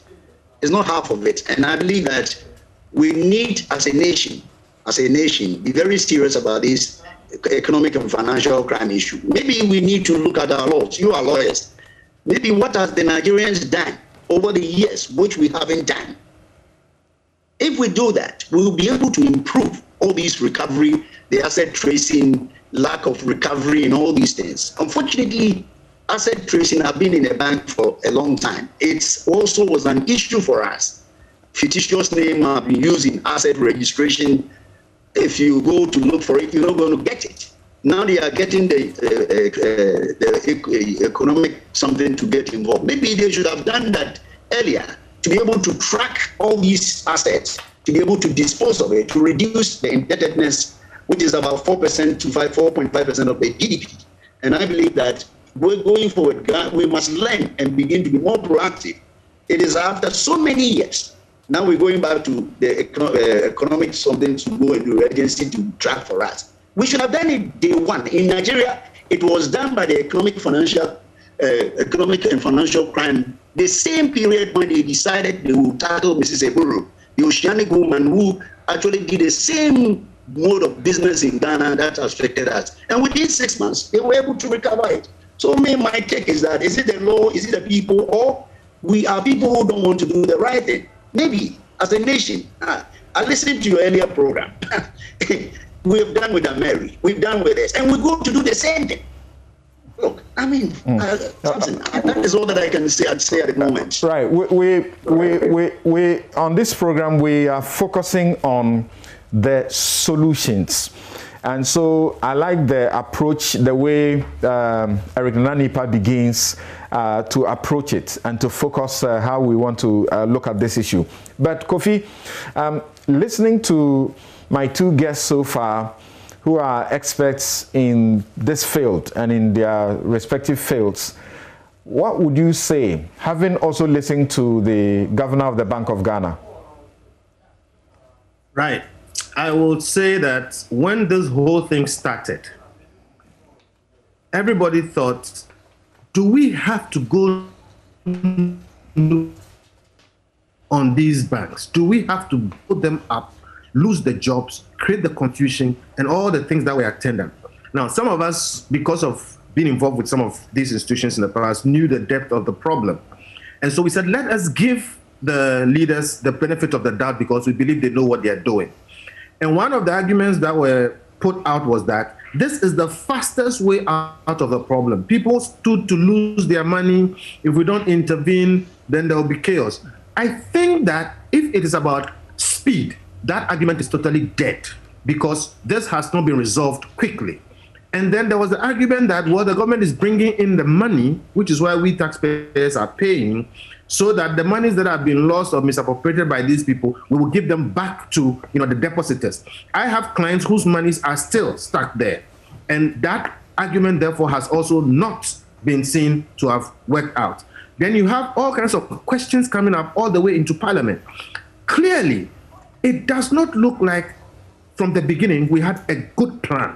And I say a good plan. You may have a plan, but it may not be a good plan. Why? Because the outcomes have shown that this has taken too long, it has cost us too much, and has all of a sudden made it a very, very crucial question that needs to be looked at.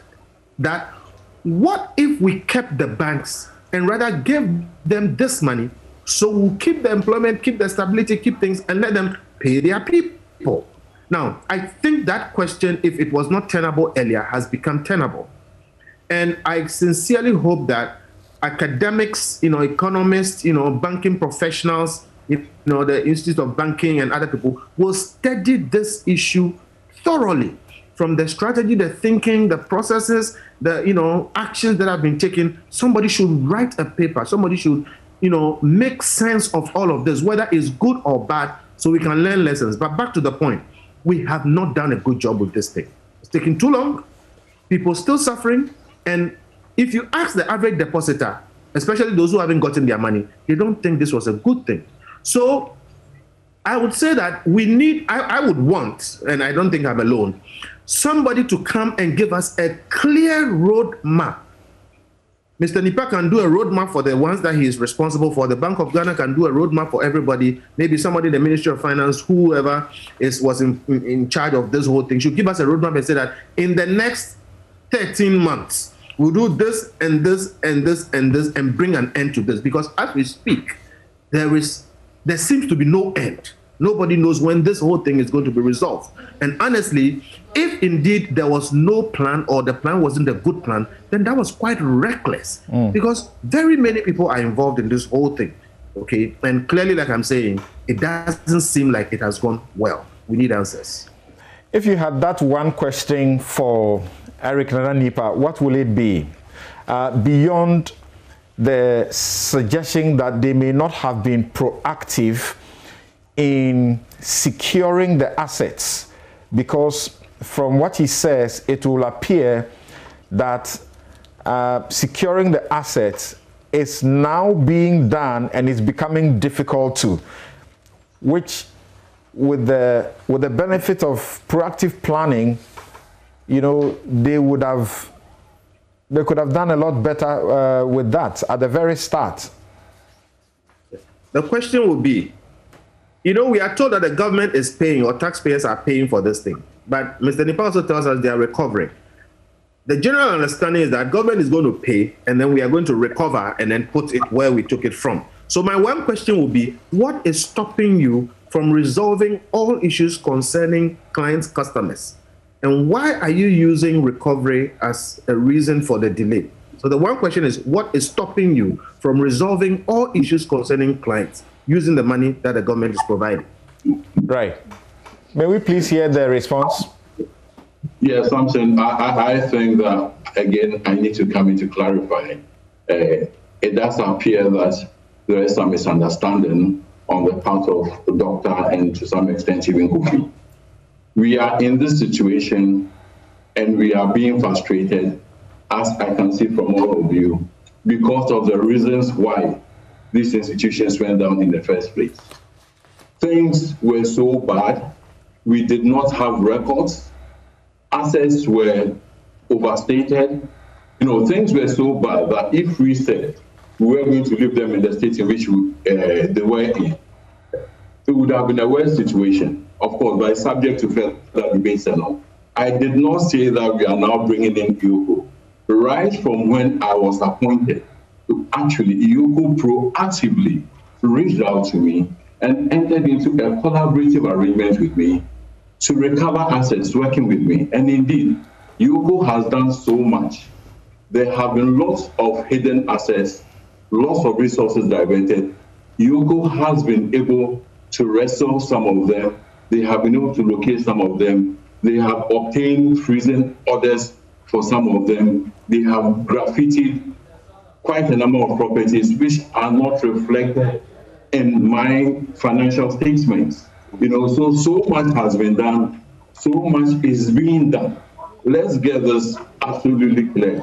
And why we are having to bring in Yoko is because of the extent of stink, and rot in the system.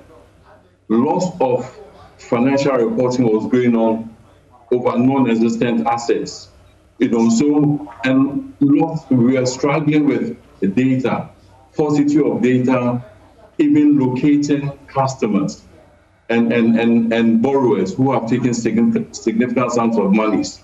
We could not locate them. And therefore, the whole thing, this whole experience or exercise is one very, very difficult one, and is having to come out painfully this way. I can say this on authority because this has been something I have been doing for well over 21 years. We did the liquidation of the Bank for Housing and Construction. We went on to do the liquidation of Ghana Airways and others. Never did we ever come across this extent of difficulty and loss. So we are dealing with a very serious situation which has to be dealt with all hands on deck. So it is not a matter of ill preparation or planning. No, it is simply a bad situation which we are tackling head on. All right. Kofi, so Kofi, that's a very good explanation to the point you raised, right?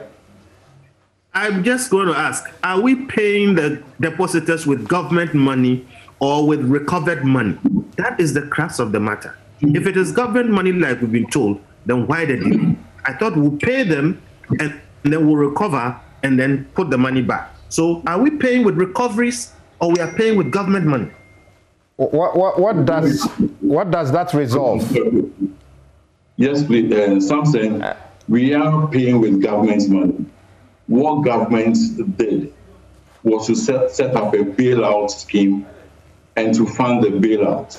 The government has released to me an amount in excess of 6.5 billion cedis. And this is what I use to pay depositors.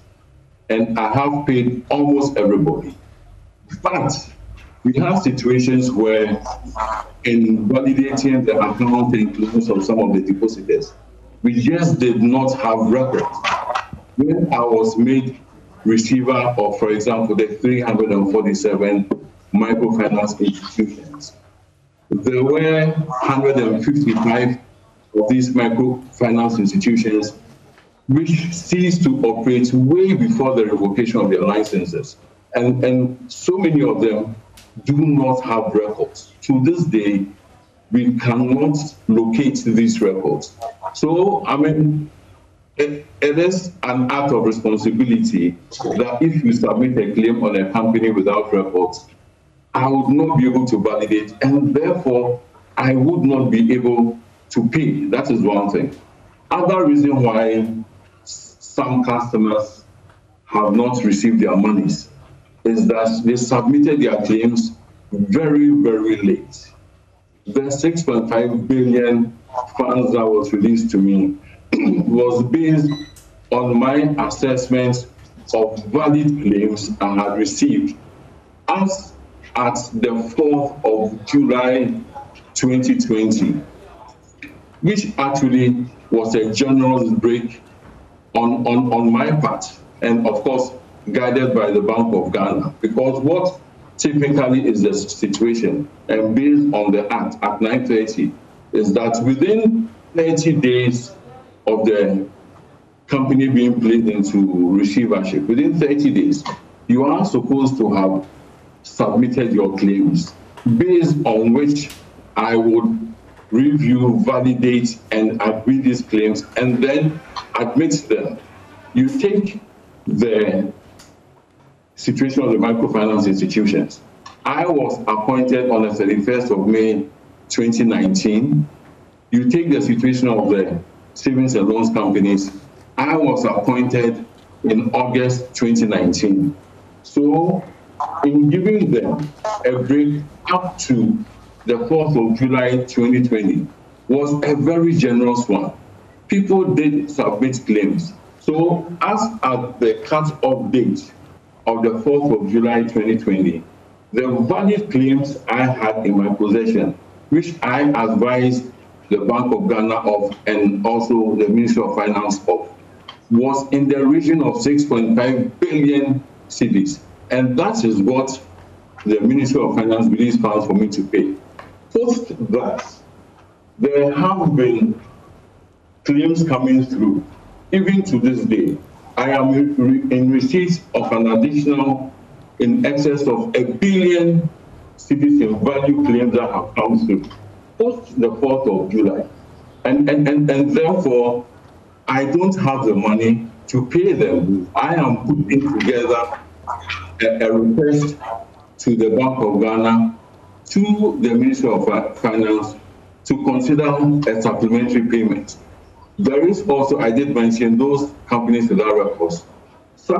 In the course of my work, and again working with Yoko, we have been able to retrieve data, information which is relevant to the validation of claims. So these have come through and they are new developments post the 4th of July. And therefore, we are working towards making a request for supplementary payments, all within the context of the government bailout program. So, Kofi, you are right to the extent that it is recoveries that will be used to pay back governments. So that is what the scheme is about. All right. The government pre-finances, and then when I make my recoveries, we use to pay back government. So that is the arrangement. Before we let you go, so we continue on the other part of the discussion. At this time, what assurance can you give to the governor? Because he's as worried as most Ghanaians that things are slow. The recovery is a bit slow. Well, the assurance I can give to the public is to have faith in us, because we have a definite plan and we are confident that working with the Yoko and going through the legal processes, the due processes and all, we should be able to recover the 5.6 billion cedis that we have anticipated. I, at this point, want to make a plea, particularly to the Lands Commission. We need them to assist us and to support us in terms of searches. When we make searches or we conduct searches to ascertain the ownership status of lands that we believe or properties we believe belong to these resolve companies, we just urge them to work with us and to speed up our request so that very speedily we would be given responses that would help me do my work effectively. That is what I ask. I have a question from one of our viewers from the UK, and he is asking, with the benefit of hindsight, looking at how much we have pumped into this, process, don't you think that the safest way forward would have been for government to have bought majority shares in those banks, appoint competent private sector players to reform those banks over time, and that way you would have kept jobs, at the same time stability in the banking sector? Well, it is difficult to say. It's got to be subjected to in-depth analysis, but I'm very confident that the path we have taken, given the circumstances of these institutions, is the right one, because we are dealing with institutions, number one, with poor or non-existent corporate governance practices and procedures. We are dealing with situations where there have been such diversions. We are dealing with situations where the books and records are very faulty, over-bloated and all. How can you turn such a situation, putting new wine into old sacks or something? No, I am very confident that we require a proper cleanup which is what we are doing. I crave your indulgence to exercise patience. I believe that ultimately, when the outcome of the court cases come in, and I believe they'll be positive, as well as the work we are doing, not just with the Yoko, because other law enforcement agencies have joined me now in providing me with intelligence and helping me with enforcement. I believe a combination of all these, as anticipated, will bode well for us ultimately. Maybe the final question before Kofi Bento says he wants to ask you one more thing before you go would be that you had 6.5 billion valid claims that you worked on, and then you have gotten as much as 1 billion more that has come in post July 4, and more most likely will come in subsequently. How do you explain, if that's a question that you are able to explain, the cost that the government has told the citizens of 25 billion, if this is only how much you have had to spend? Well, something, as I go back to what I said the first time, I can only speak to what I have control over. Which is the 11.6 billion. The 6 institutions, or I mean the 6 groups of institutions that I'm receiver or I'm related to. Okay. Even the 5.6 billion that I'm looking to recover will be subject to will be based on distributions as directed under the Banking Act, all right, which is Act 930. It sets out a priority of payments. So the fact that government is coming doesn't necessarily mean that all will go to government. We have other creditors, some of them of superior ranking to government. What this whole bailout process brings out, is that the depositors have assigned their interest and their rights to government. Government has paid them off, and government is now standing in their shoes. It's a subrogation arrangement. So we have other creditors higher up the rank, like GRA and SNET. They are statutory claimants, and they will be paid fully before we come down and consider others in line. Right. So it doesn't necessarily mean, I need to correct that all 5.6 billion, when recovered, will go all to government. All right. Kofi has one small question, I understand, for you. Kofi, quickly. Yeah, thank you. So, see, even as we speak, I'm getting messages about people who have not received payment. So I want to ask Mr. Nipa, it can be an unending process. Can you please put out some sort of a timetable which says by this time everything will be resolved? And hopefully we can all adjust. Eric is looking for money from the government. He doesn't have it. Why are you asking him to make that promise? I know, but he is handling a few things, and he has connections to those who have the money. So can he please, as part of the process, now if he says that there is no timetable, then all of us will take a cue. The point being made is that we need to communicate better to the populace, and people need to plan. So do you have a timetable? Can you please explain, just in a short, your complaints process? Where do people go? People who haven't been paid, like some of my clients and some other people that I know of. So just 2 things. I'm actually getting some of those messages about people who say their claims have not been paid, even though they've been verified, validated. Yes. Can we get your response? Yeah. Thank you. I need Kofi to clarify, because sometimes people mix certain things. We have the resolution exercise going on within the confines of Bank of Ghana driven companies. And then we have those for the fund managers, which is Securities and Exchange Commission. So where do his customers sit? It is very important to distinguish it. Okay, I have customers both in the Bank of Ghana system and customers both under you. So I'm asking you to clarify what you handle. Indeed, if Bank of Ghana were here, I ask them for the same thing. We need a timetable and say this will end by this time. So answer for your people, but hopefully the Bank of Ghana people will also come and answer for this. Kofi, if again I may also further explain, Bank of Ghana has appointed me to handle these SDI, that is Specialist Deposit Institutions, which have gone into receivership. I am the one handling.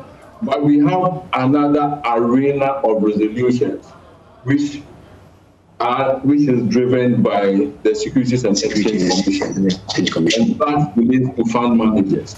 That has nothing to do with Bank of Ghana. So that is the clarity I want. Are yours related to the specialized deposit institutions, or they are with the fund managers, or both? So I have individual clients who have microfinance issues with microfinance companies under you. I represent some fund managers who have issues with SEC. We have been there. So across the spectrum, there are people who have issues. So what I'm saying is that concerning the ones that you deal with, can you give us a timetable? If I get to the others, I'll ask the same thing. Can you say in 48 months, this will be over? And can you speak about your complaints process? Where do we go to lodge a complaint? I have been validated, my money has not reached me, or only part of my money has reached me? All right. So that'll be the very final question for you, Mr. Nipa. Thank you so much, Samson. Let me speak to the first one regarding the timelines for completion of this exercise. I will say that substantial completion, and I say substantial because there are moving parts and situations beyond my control, like the legal cases. Until there's complete resolution to these legal matters, we wouldn't say that this whole assignment or exercise is over. But regarding those aspects of the work that I have control over, I am very confident, of course, subject to additional funding being released by the Ministry of Finance. And given what IOCO is doing in terms of asset tracing and retrieval, I am confident that within 18 months to 2 years, I should have substantially completed. All right. Thank you very much for your time. Now, Dr. Chahine, with the benefit of time, do you think this approach was wrong? And that's a question I'm getting many people asking. For example, the gentleman who sent a message from London suggested that the safest way would have been, if I may go over his question again. He says the safest way forward was for government to buy majority shares in those banks, appoint competent private sector players to reform those banks over time. That way, you would have kept the jobs of the people, and at the same time, there would have been stability in the banking sector. What do you say? Thank you very much, Samson. I think we are talking about two different countries and various systems. You know, in UK, he was talking about the Lloyds banks and issue the financial crisis. It is easy to do what he's saying. In Ghana, the banks, as Mr. Nipa has said, was totally non-existent. Related lending to their cronies has taken up about 80%. One of the banks, 80%. A CEO, a chairman is taking the money for his own purpose. How do you want somebody to put money in a company where somebody has taken 80% of deposit and you want to appoint private sector? It doesn't work. You see, in our system, it doesn't work. So I believe the approach adopted by Bank of Ghana, Finance, and what Mr. Nipa is saying, I think it was the right path. Unfortunately, the environment did not allow us to do the right thing because people took the facilities like they took emergency liquidity support. Instead of supporting it with a bank, they used to buy an asset. They use that money to buy an asset. You can quote me anywhere. Where are you going to get the money from? So I believe what they did was right.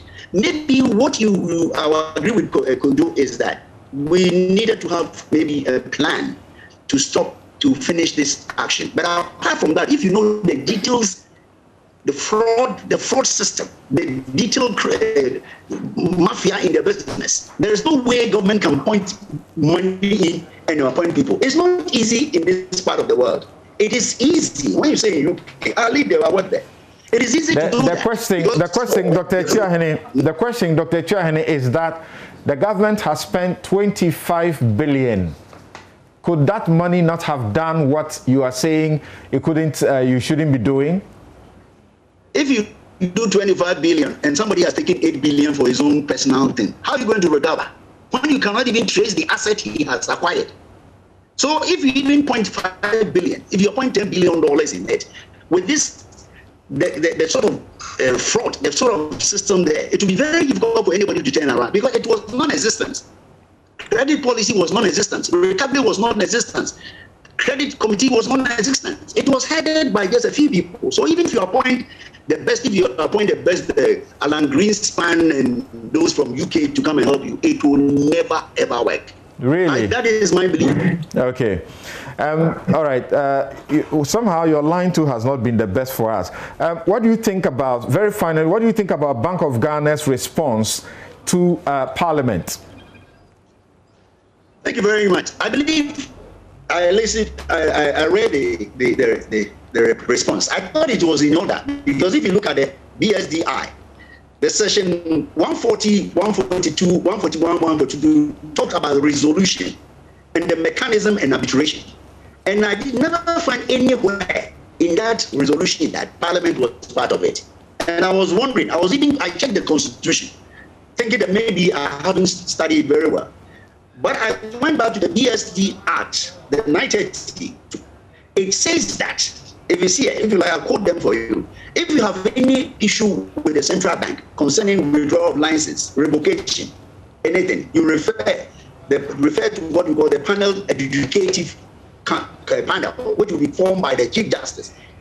If they come and you're not satisfied, you have every right to go to the High Court. So I was a bit puzzled when I heard that the thing has moved into parliamentary area. So when I saw the reply by the lawyers, I thought, they are only quoting the acts 140, 141, 142, which actually resolve all those issues that the parliament was talking about. All right. Thank you very much, Dr. Richmond Chiahene. He's a banking consultant. Thank you so much. Now, Kofi, what do you say first about the suggestion that, with the benefit of hindsight, there may have been a better approach to this, which would have given us better rewards than this approach, and then Parliament's intervention and the response from the Bank of Ghana through their lawyers, Bentiencho, Lecha, and Ankoma? Right. So these are very, very important issues, and I think we must be very sober-minded about them. Now, when this process started, there were those issues, and as a think tank, we were observing and we're trying to learn lessons because we thought this is one of the most important events in the financial history of this country. We needed to understand how we got here, how we are going to traverse or go through, and then what we come out with to make us better. So when the questions came as to why don't you just put the money in, save the business, I said, let's give them the benefit of the doubt. Now with hindsight, like I said, time was one of the issues that was used, that this is the fastest approach to stabilize the system. That has not been proven to be correct. It's taken far too long. Then getting people their money quickly, making sure people don't lose money. As we speak, some have lost money, some have gotten less. I have a number of clients who haven't gotten anything at all. One of my clients kept searching and he has died. He died last June. Now, so that also hasn't worked out. You have situations where Dr. Dufour and UT and co are complaining about the process. So clearly something has gone wrong with this strategy. It's not worked as intended.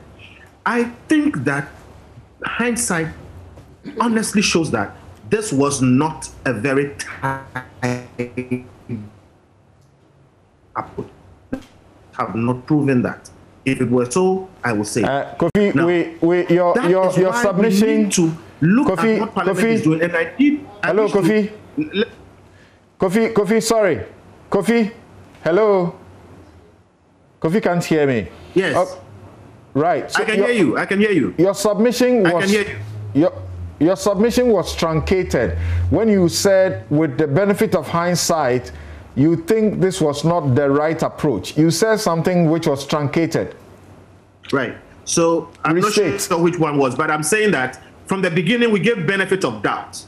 and we were giving reasons why this was the best approach. Now, in analysis, a post facto analysis is not a matter of opinion. A priori analysis is opinion. I think it will go this way. But after it has happened, we all know what happened. And what I'm saying is that what happened has not gone along the lines of what we were told. And therefore, the price that was paid in terms of lost businesses and lost jobs and all those things have not been shown to have been a necessary price. So what I'm saying is that clearly we have not benefited from the nuclear approach of blowing up these banks and financial institutions and losing the jobs. And the point I'm making now is that we should therefore learn the lessons. This is one of the most important, events in our financial history as a country. We need to understand how we got here. We need to document properly the processes and learn the lessons, and we need to be clear how we move forward. That being what it is, therefore, I want to urge Parliament to possibly broaden its investigation into this matter. Not because we are trying to catch people, for doing wrong, but because we need to learn from these things. I think nobody should be stopped from speaking up. So the issues that are being brought up by Dr. Dufour and UT and others should be listened to. Let's hear them out. And please, Bank of Ghana and all those other state institutions that have something to say or something to contribute should not put up a resistance. It is necessary for our country to understand these things. Elsewhere, we read about these case studies, etc., and they learn from them, they grow. Kofi, in short, Kofi, the advice from Bank of Ghana's lawyers are premised on the law, plain law, on the Constitution, on the Bank of Ghana Act, and also the Banks and Special Deposit Taking Institutions Act, all of which they say, or they don't say, they quote to us to show, to Parliament, to show that what they are doing is wrong.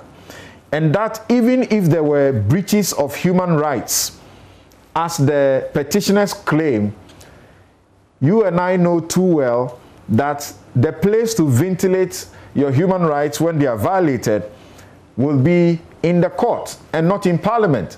And that what Parliament is doing is sub judice. What do you say to that? Well, I say that we must always respect the law. And so if Parliament is approaching things in a way that breaches the law, they must be, alerted to that fact. However, there is no law that stops Parliament from holding an inquiry into anything that has happened in this country. And there is no law that makes Bank of Ghana above Parliament. So yes, maybe they are approaching it in a different way. That's why I'm saying broaden it. Let us have the mindset not of catching people or whatever. If that happens, that's fine. But we should have a mindset of learning lessons, because we've had similar situations in the past. We didn't learn lessons and we've repeated them, from Piram down to Men's Gold. And even with this bank, we've lost Bank of Housing and Construction. We started well, and a number of others. Okay, Commercial Bank has gone through a number of crises. It keeps coming back because of the government funding. We need to learn lessons and improve things. What happens? So what happens to broader view to inquire about what has gone on? What happens to the pending cases? What happens? What happens to the pending cases in court? If Parliament were to actually go into the investigations, finish now, and order the Bank of Ghana to restore the licenses that have been revoked, what happens to what is going in court? Well, court processes have a beginning, have an end, and they have a determination. So if the right thing is to restore licenses, so be it. And we need to find a way to do that. Look, we must not be eager to just destroy things. We must be eager to make sure that going forward we are stronger than where we were. Kofi, I want a clearer answer. I want a clearer answer. I want a clearer answer. There are matters going on. There are matters going on in court. There are matters going on in court. Then the same people and entities involved in the court cases and at arbitration have come to Parliament to ask or direct the Bank of Ghana to restore their licenses. If Parliament makes that order, I'm asking you, where will you place that vis-a-vis what is going on in the court? I think the point is very simple. Parliament cannot lawfully make that order because the matter is in court. which is why I'm saying, and because we don't have time, I'm not able to explain everything, but I'm saying that Parliament, there's a process. Parliament cannot overstep the courts. Parliament is subject to the Constitution and to that extent the courts. Even if they pass a bad law, it can be struck down by the courts. So these things can be explained. What I'm saying, therefore, is that Parliament should take a route or a role which is properly set within law and do more of inquiry at this point. The courts also, I think, are slow. Not to do an inquiry to what end? To do an inquiry to what end? What is the end game? The end game is to understand why we went through this, how we have done it, mistakes that have been made, things that could have been done better, plus a number of other things, so that we have a total picture for posterity of all these issues. And there is clearly a role for Parliament in that sense. There are people who are standing trial. There are people who are standing criminal trial. Parliament should look into the process and say, you were not wrong, you were not wrong. What happens to what is going on in court? There are people who are in court being asked to refund specific amounts of money. They are in Parliament saying we should not be asked to do all of these things because this is wrong. You are saying Parliament should go on and waste its time? No, Samson, I'm saying something very clear. Hopefully you will hear me this time. Parliament has no business interfering with court processes. So Parliament should stay away from the matters in court. But Parliament has a business inquiring and understanding what has gone on, and it can do that lawfully without interfering with the court processes. And I'm saying if there's a problem with understanding how that is done, there are enough lawyers in Parliament to advise on that, and that is necessary for this whole country. The courts, however, should also be faster in determining these matters, and the delay, I don't blame the courts for. I blame the courts for the posturing of our institutions, like Bank of Ghana and other people, who sometimes, I don't know why they find it so difficult to yield to court processes. However, this matter is more serious than we are taking it. That's why it's taking this long. I think the courts must be minded to set up some special courts to get through this quickly. Like I said, I have a client who went after his money and has died and left it. And we are not sure how to handle it now. So it's real. I can tell you all the stories of people who have, come up and gone. So Parliament has a role. The role does not include interfering with the courts. Parliament is subject to the Constitution and the courts. It must do its job without interfering, and it can do so. I think it must listen to Mr. Mwabing. Let's listen to Kweku on this. The courts should also be quick in their work. Let's listen to Kweku on this. What he's suggesting, is it really possible that Parliament can go on and then the courts can also go on and do what they have to do? And in respect of the delays blamed on the court, I have used one example. Maybe there may not be too many examples about what is going on. And I am hesitant to say much about that because I am involved in that case where the offending, the owners of the bank that were sued, one of them goes to the court and counterclaims against the Bank of Ghana that the Bank of Ghana should be part of the court of process. It should be in court. And they get a favorable judgment in that regard. Bank of Ghana opposes that it shouldn't happen. They should not be made to be part of the court process. So they fight it over a long period. And then the court rules that the Bank of Ghana should be part of it. They come to say, if you say the Bank of Ghana should be part of it, we are appealing. An appeal is filed, nothing is done. They stop the High Court process. It doesn't go on any further. Appeal is filed, and the appeal, it takes 1 year, just yesterday, that the first step towards the appeal getting life has begun. And from the way it looks, it could take the next 2 years to get that done, and the case itself has stopped. Yeah, your producer is my witness. I actually pleaded with him to excuse me relative to this subject matter because I lack the requisite competence and qualification to interrogate it. But he insisted I should be part of it. And here I am. So I'm at liberty to make one or two comments. See, it's quite interesting that the Speaker of Parliament has constituted a committee to look into the petition submitted by, I think, Dr. Dufour's Unibank, and there was another one, it should be UT Bank, and submit a report to the House. Perhaps the Speaker, in the Speaker's judgment, because he's the sole authority to admit this petition and trigger action. Perhaps in his mind, and I'm just speculating, he thinks it hasn't reached the stage where Parliament may be, going into a territory that it ought not to go in terms of resources. He has written a full ruling. How many pages was it? I read it overnight. No, I haven't seen his ruling. Right. But because, you see, ordinarily, the precedents have been for Parliament to stay away from cases that are in court. Or if they are debating anything relative to cases in court, you have to make sure that the references or the statements you make are not prejudicial. And it's the Speaker that determines that. So there's been an argument, if you go through the Hansard, that look, we can discuss the matter if it's in court, only that we shouldn't make references or comments that are prejudicial.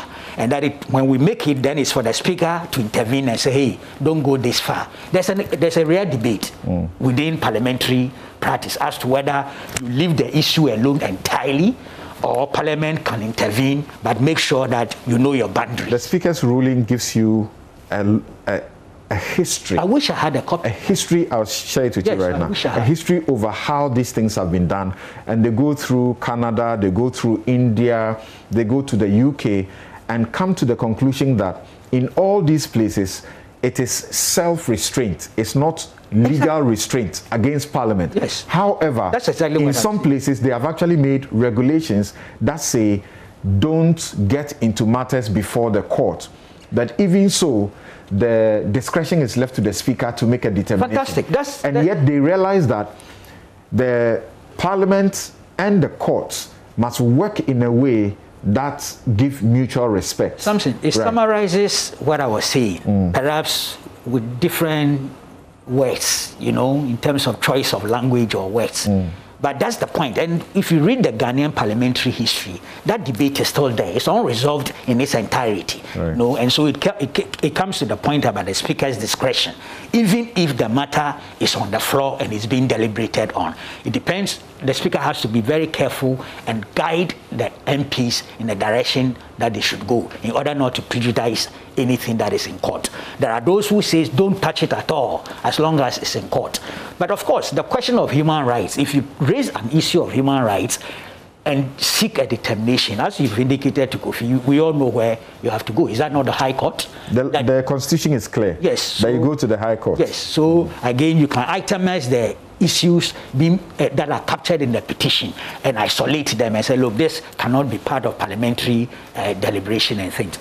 But you see, I was just yesterday, while I was running away from this topic because of it, I decided that since I've been forced to come, let me do some searches. We hear banks. I noticed that there are 420 regulated financial institutions that were affected by this. 9 of them were banks, okay? Savings and loans companies, 15. Finance houses, 8. Microfinance institutions, 347. Microcredit companies, 39. Leasing company, 1. Remittance company, 1. Now, you see, you couldn't solve the problem with the same brush relative to all of them. With the banks, my own feeling is that maybe 1, 2, or 3 of those banks could have been put in the package of resolution that Kofi is alluding to, okay? I'm not sure if I should mention those, but these are very sentimental things. I was all for Unibank being retained. I was all for Indum's Bank being retained. I was all for UT Bank also being retained. I think they could have been packaged in a different way and dealt with. But all these other ones, look, the problem was such that there was no way you could use the same method. Some of them had even been given capital infusion prior to the dissolutions, and nothing happened. Ituahine's point is key here. The rot was such that quite a lot of them deserved to be dissolved, disbanded, and then a new approach taken. So I disagree with Kofi if he's using the same brush for all those banks, regulated financial institutions. What we have reached is too late to go back to that point. See, were depositors' funds saved or not? If you owe a government, it's better than you owe somebody else. At least there's some hope. It's unfortunate that some have died, as Kofi said, and one has to be sensitive to that particular thing. But if you do a general analysis, look, many depositors were rescued. Indeed, their accounts were rescued. And even if they haven't received it, there is hope relative to the process that we are going through that they will be paid. Now, also I've checked and I got this message not too long ago in terms of the status of cases in court. I'm told the banking, that is the Capital Bank, Republic versus William Atuesian and 4 others. On the close of the prosecution, the accused persons filed submission of no case. Ruling on submission of no case is to be delivered on 8th July 2021. Yeah. That particular court has been very fast with how it goes about it. It does not allow the lawyers to have their way in the way it does its things. Yeah. It does not allow the state or the lawyers. That's Justice Eric Chebafor's court. Interesting. Right. Then the Unibank, I'm told the first prosecution witness is in the box now. Those are the criminal matters. Yes. UT Bank, the first prosecution witness is giving evidence now. Venture Capital, 3 accused persons pled guilty under Section 35 of Act 495 and have been convicted. Is that correct? So they are paying the money back. This is, and then there are 3 others whose trial is ongoing.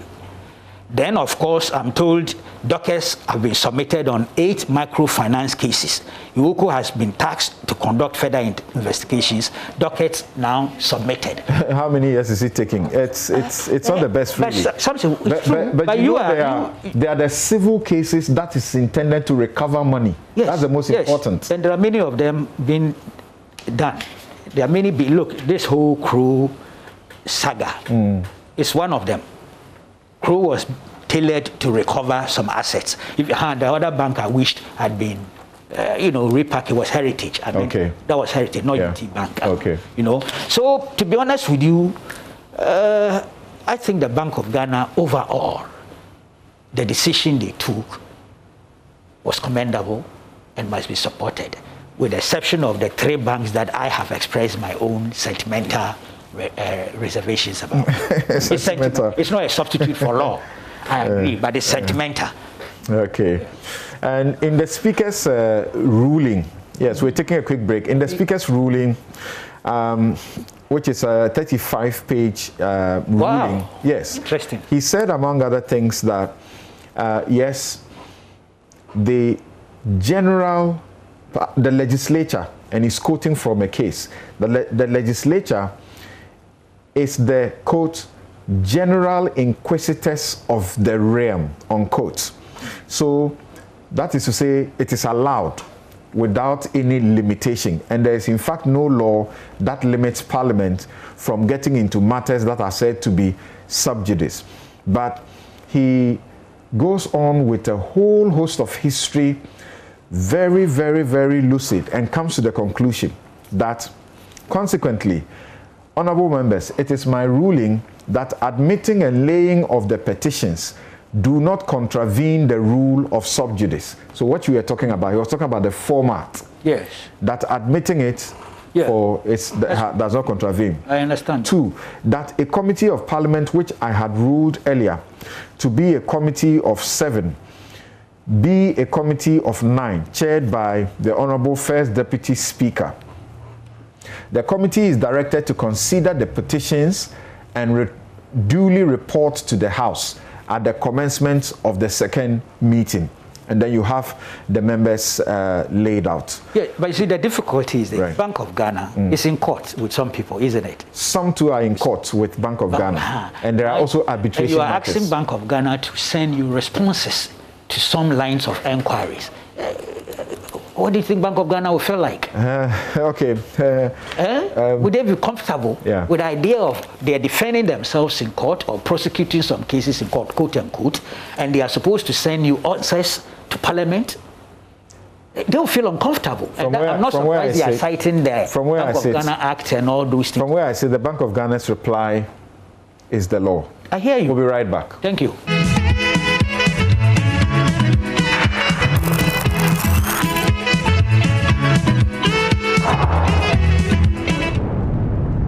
You're welcome back. This is Newsfile. It's your most authoritative news analysis platform. And here on Newsfile, as always, we put Ghana first. You don't identify yourself, but you say if you claim that banks were impaired, it means liabilities, creditors have taken over assets, property. We also know that most banks rent, but accounting standards allow them to show the long-term assets on the balance sheet as assets. It does not make them the owners. The less about the hidden assets, the better. Why the surprise that you're recovering less than 2 billion out of 25 billion? Well, if you listen to them too, there's 25 billion is not what they're seeking to recover. And Eric Nana Nipa clearly explained that he has control over recovering 11.6 billion. And he has some 5 billion or so to recover. Okay, I've got a number of your messages, and I'm trying to share them as we have to spend just small time on this matter of the national security and its seeking to reform itself. Now, a banking consultant says, I partly blame the auditors who signed off the financials as true and fair when giving the same asset to say they were overhauled by who? Who gave the assurance to the shareholders? And then one of the people also behind one of these institutions that is affected also wanted Eric Nana Nipa to answer where he's getting his power from to talk about he referring matters to IOCO. And then he shows me provisions of the law which he feels, if complied with, will suggest that he is not acting within the law. He quotes one provision where it says, where a receiver has sufficient reason to believe that shareholders, directors, officers, attorneys, accountants, or other professionals have engaged or are engaging in a criminal or fraudulent activity in relation to the business of a bank or a specialized deposit-taking institution, that receiver shall A, notify the Bank of Ghana immediately, and B, institute a civil action to claim damages and restitution. Yes, so how is he talking about referring matters to the IOCO? Well, he also explained that IOCO has started even long before they came in. And then Kofi wanted an explanation as to the breakdown of the, it says, because government cannot be putting figures out there without a breakdown. For example, how much of the 25 billion has been paid to the depositors? Of course, I'm sure that came in before Eric Nana Nipa gave us the explanations that he gave. This very final batch of messages that I'll read. Big Boss says, yes, the banking system is stable today with better balance sheets, liquidity, etc. What, however, is true also is that the owners of these banks got richer and more secure now than they were 4 years back, while the Ghanaian taxpayer got the short end of the stick. Frederick Reynolds says the cost of the whole cleanup exercise is inadequate enough to have sustained these institutions. Whatever asset tracing and everything involved in the liquidation processes could have been done without collapsing the institutions. We just cost people jobs, keke. Okay. Fritz McLean Jones says, when shall we be serious as a country? It's like we have given a bad name to these banks just to hang them on the cross. Using our scarce resources to pay these depositors is far below the belt. Our country needs serious-minded people to steer affairs for better Ghana. Dr. Charles Rekubrobe says, can the Bank of Ghana and the government give a full account of expenditure of the 25 billion bailout funds and explain why some citizens are still unpaid? And I think that is a big question that is crying for answers. I think a better approach is for the Bank of Ghana to go before the committee and raise and argue the legal points that it has raised through its lawyers. And that is coming from a lawyer. A very final one, the receiver sought for Iyoko's assistance not long ago, early 2020. They haven't spent too much time yet. As many as 11 dockets out of 20 prime defaulting companies are being dealt with. So this is information coming from reliable sources at the Iyoko that 11 dockets out of 20 prime defaulting companies are at the Attorney General's, and prosecutions should start soon. We take a very final break, and okay, right. So this show is brought to you by Bank of Africa, as strong as a group and close as a partner. MTN everywhere you go. Ashesi University, educating ethical and entrepreneurial leaders for Africa. DBS Industries, Robert & Sons Optical Services, seeing is believing. We lead. Home is where one starts from. Star Assurance, that is your solid partner.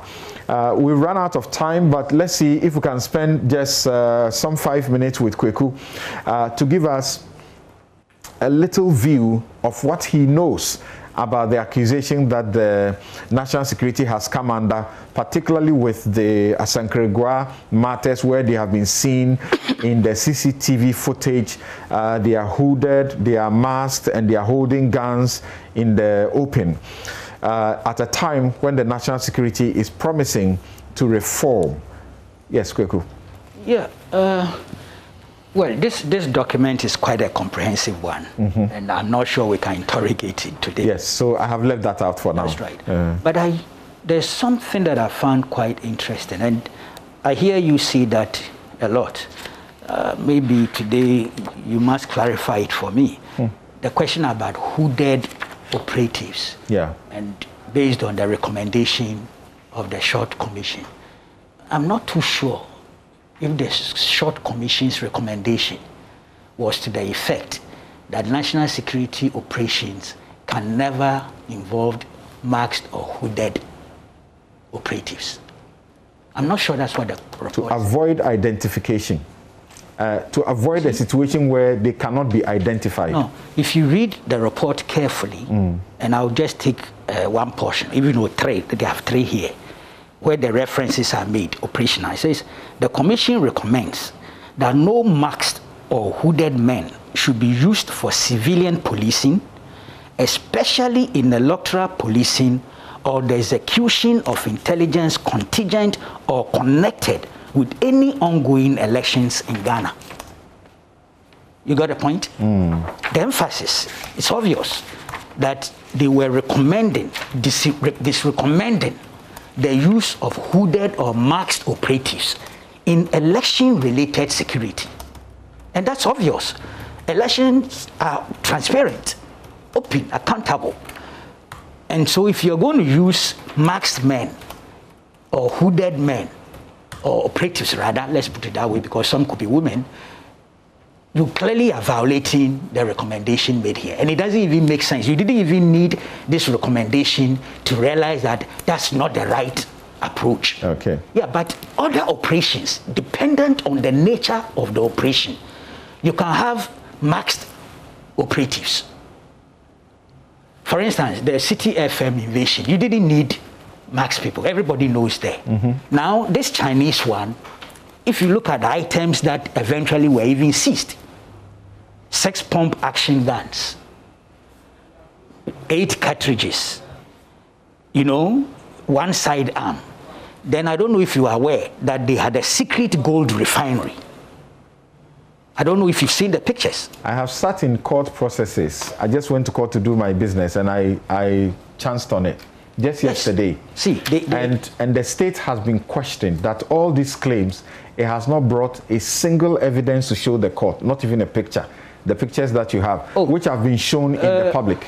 I'm surprised because it shouldn't be a difficulty. Yeah, See, I'm surprised. I'm surprised. These are all, and they took inventory. The Chinese signed it. Yeah. All these things are here. I don't know what stage the court proceeding is because it ought to come. If you don't take these items that the Chinese inventory that they themselves signed, you can't win the case.